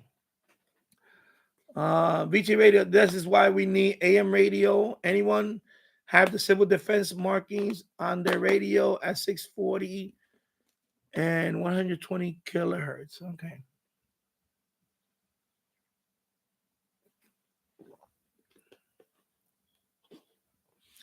And BG Radio, they were on the AM radio dial from 1953 or 1240. Okay, 1240. 1952 to 1963. Thank goodness it was never needed. Yeah. Exactly. You never know, man. But you never know. Even these countries that are, it's not just Russia, it's all these other countries that are trying to, look at North Korea. They have weapons already. And they have the capability already to. They already have those. I don't know what little triangles you're talking about. What triangles? You have those little triangles. I don't know what you mean by that. But it's scary because now you got all these other countries. CD triangle. Oh, okay, you're talking about the civil defense. Oh, the logo. I remember now. And of course, in New York City, I remember growing up, some buildings had that plaque. It was the yellow plaque, and it said fallout shelter. It was in yellow with the black atomic. What is it there? It's like the nuclear symbol. I forget. It's just the circle, the circle with the atomic. Like, another atomic, nuclear attack. And then fallout shelter. And it will always be like in the alley. So I guess you go down to the basement or something. It will always be near the alleys. And of course, and those buildings in New York City, whatever. My fallout shelter will be in the boiler room. That's a safe. In my house, the safest room will be the boiler room. It will be the boiler room because there's no windows there. Or actually, there is one window. It's a small window where the vent for the boiler or the furnace. There's a vent window there, but it's blocked. I covered up the fan doesn't work anymore. I have the door open in the boiler room to the other rooms now, and then I have it's just enough. And the other place where there's a duct, I have enough air to always. So we're never at risk of carbon monoxide or anything. So people don't. But yeah, that will be my safe room. In the basement. It will have to be the basement. In the basement. If anything, I have to maybe fix the door. Is kind of old. It's kind of thin wood. Maybe if I take out that door and put a steel door, it would be even more. And this is since the basement is underground. Since I live in Yonkers, say if they were to, I know I looked at this scenario so many times. If they were to drop a certain megaton bomb in Manhattan, there will be damage here. But I think we will survive it. Depending on the extent of the bomb, depending on what type of megaton explosion where it happened in Manhattan. It's crazy. I looked at all these scenarios because as one of those people, I just look up all this stuff. There's actually a website where you can look it up. Like what happened if a 10 megaton bomb hit Times Square, for example. If that was ground zero, Times Square. And I live in Yonkers, right? You would do the map. Okay, this is forget it. You vaporize. 3rd-degree burns, a lot of damage, 2nd-degree burn, whatever. And so I was at the fringe. I'm at the point where there would have been still damage. Like a lot of, damage. Maybe even some small fires and all that. I was like, my God, it still will get hit over here. And that was 10 megaton. I can imagine now 20 megaton, that would have been more damage. So I'm looking at stuff up. I'm doing the map. I'm like, oh my God. Let's see what happened. They dropped the SAR bomba. I would have been gone. Even in Manhattan, I would have been gone away. This is crazy. This is maps. It's scary. So I think 10 megaton, I could be kind of safe at the bunker. I call it the bunker. Although I have some things I want to do to it. I want to reinforce it more for some other stuff. It's crazy. Yeah, I'm gonna sign off too. I've been on for 4 hours and 20 minutes. 9 people watching, 21 likes. Thank you for like. I'm gonna sign off too. It's 8:25. And we're gonna have I'm gonna cook some crab. I have crab legs. I want to make for my son and me. We're gonna have crab and we're gonna have stuff, casino clams. So we're gonna eat that. Yeah, Ron, sir. I think space weather is a big worry because you have no control over that. You have no control over space weather. And yeah. So Paul says we have a fallout shelter sign here in an elementary school in Floral Park. Yeah. And yeah, James Farley says my school had fallout shelter too. And you ready on 9:26 is gonna go to dinner. You're gonna eat dinner. See you all next time. See you too. And Paul, my Zenith Translation R6. I can't see this thing is in the way. R600 has the CD triangles and the AM. Yeah, the civil defense. All right, so I'm gonna sign off now. Everybody, thank you for watching. I'll see you on the next one. And enjoy the rest of the weekend. And I'll see you soon. Thank you for watching. And take care. Bye-bye. Thank you.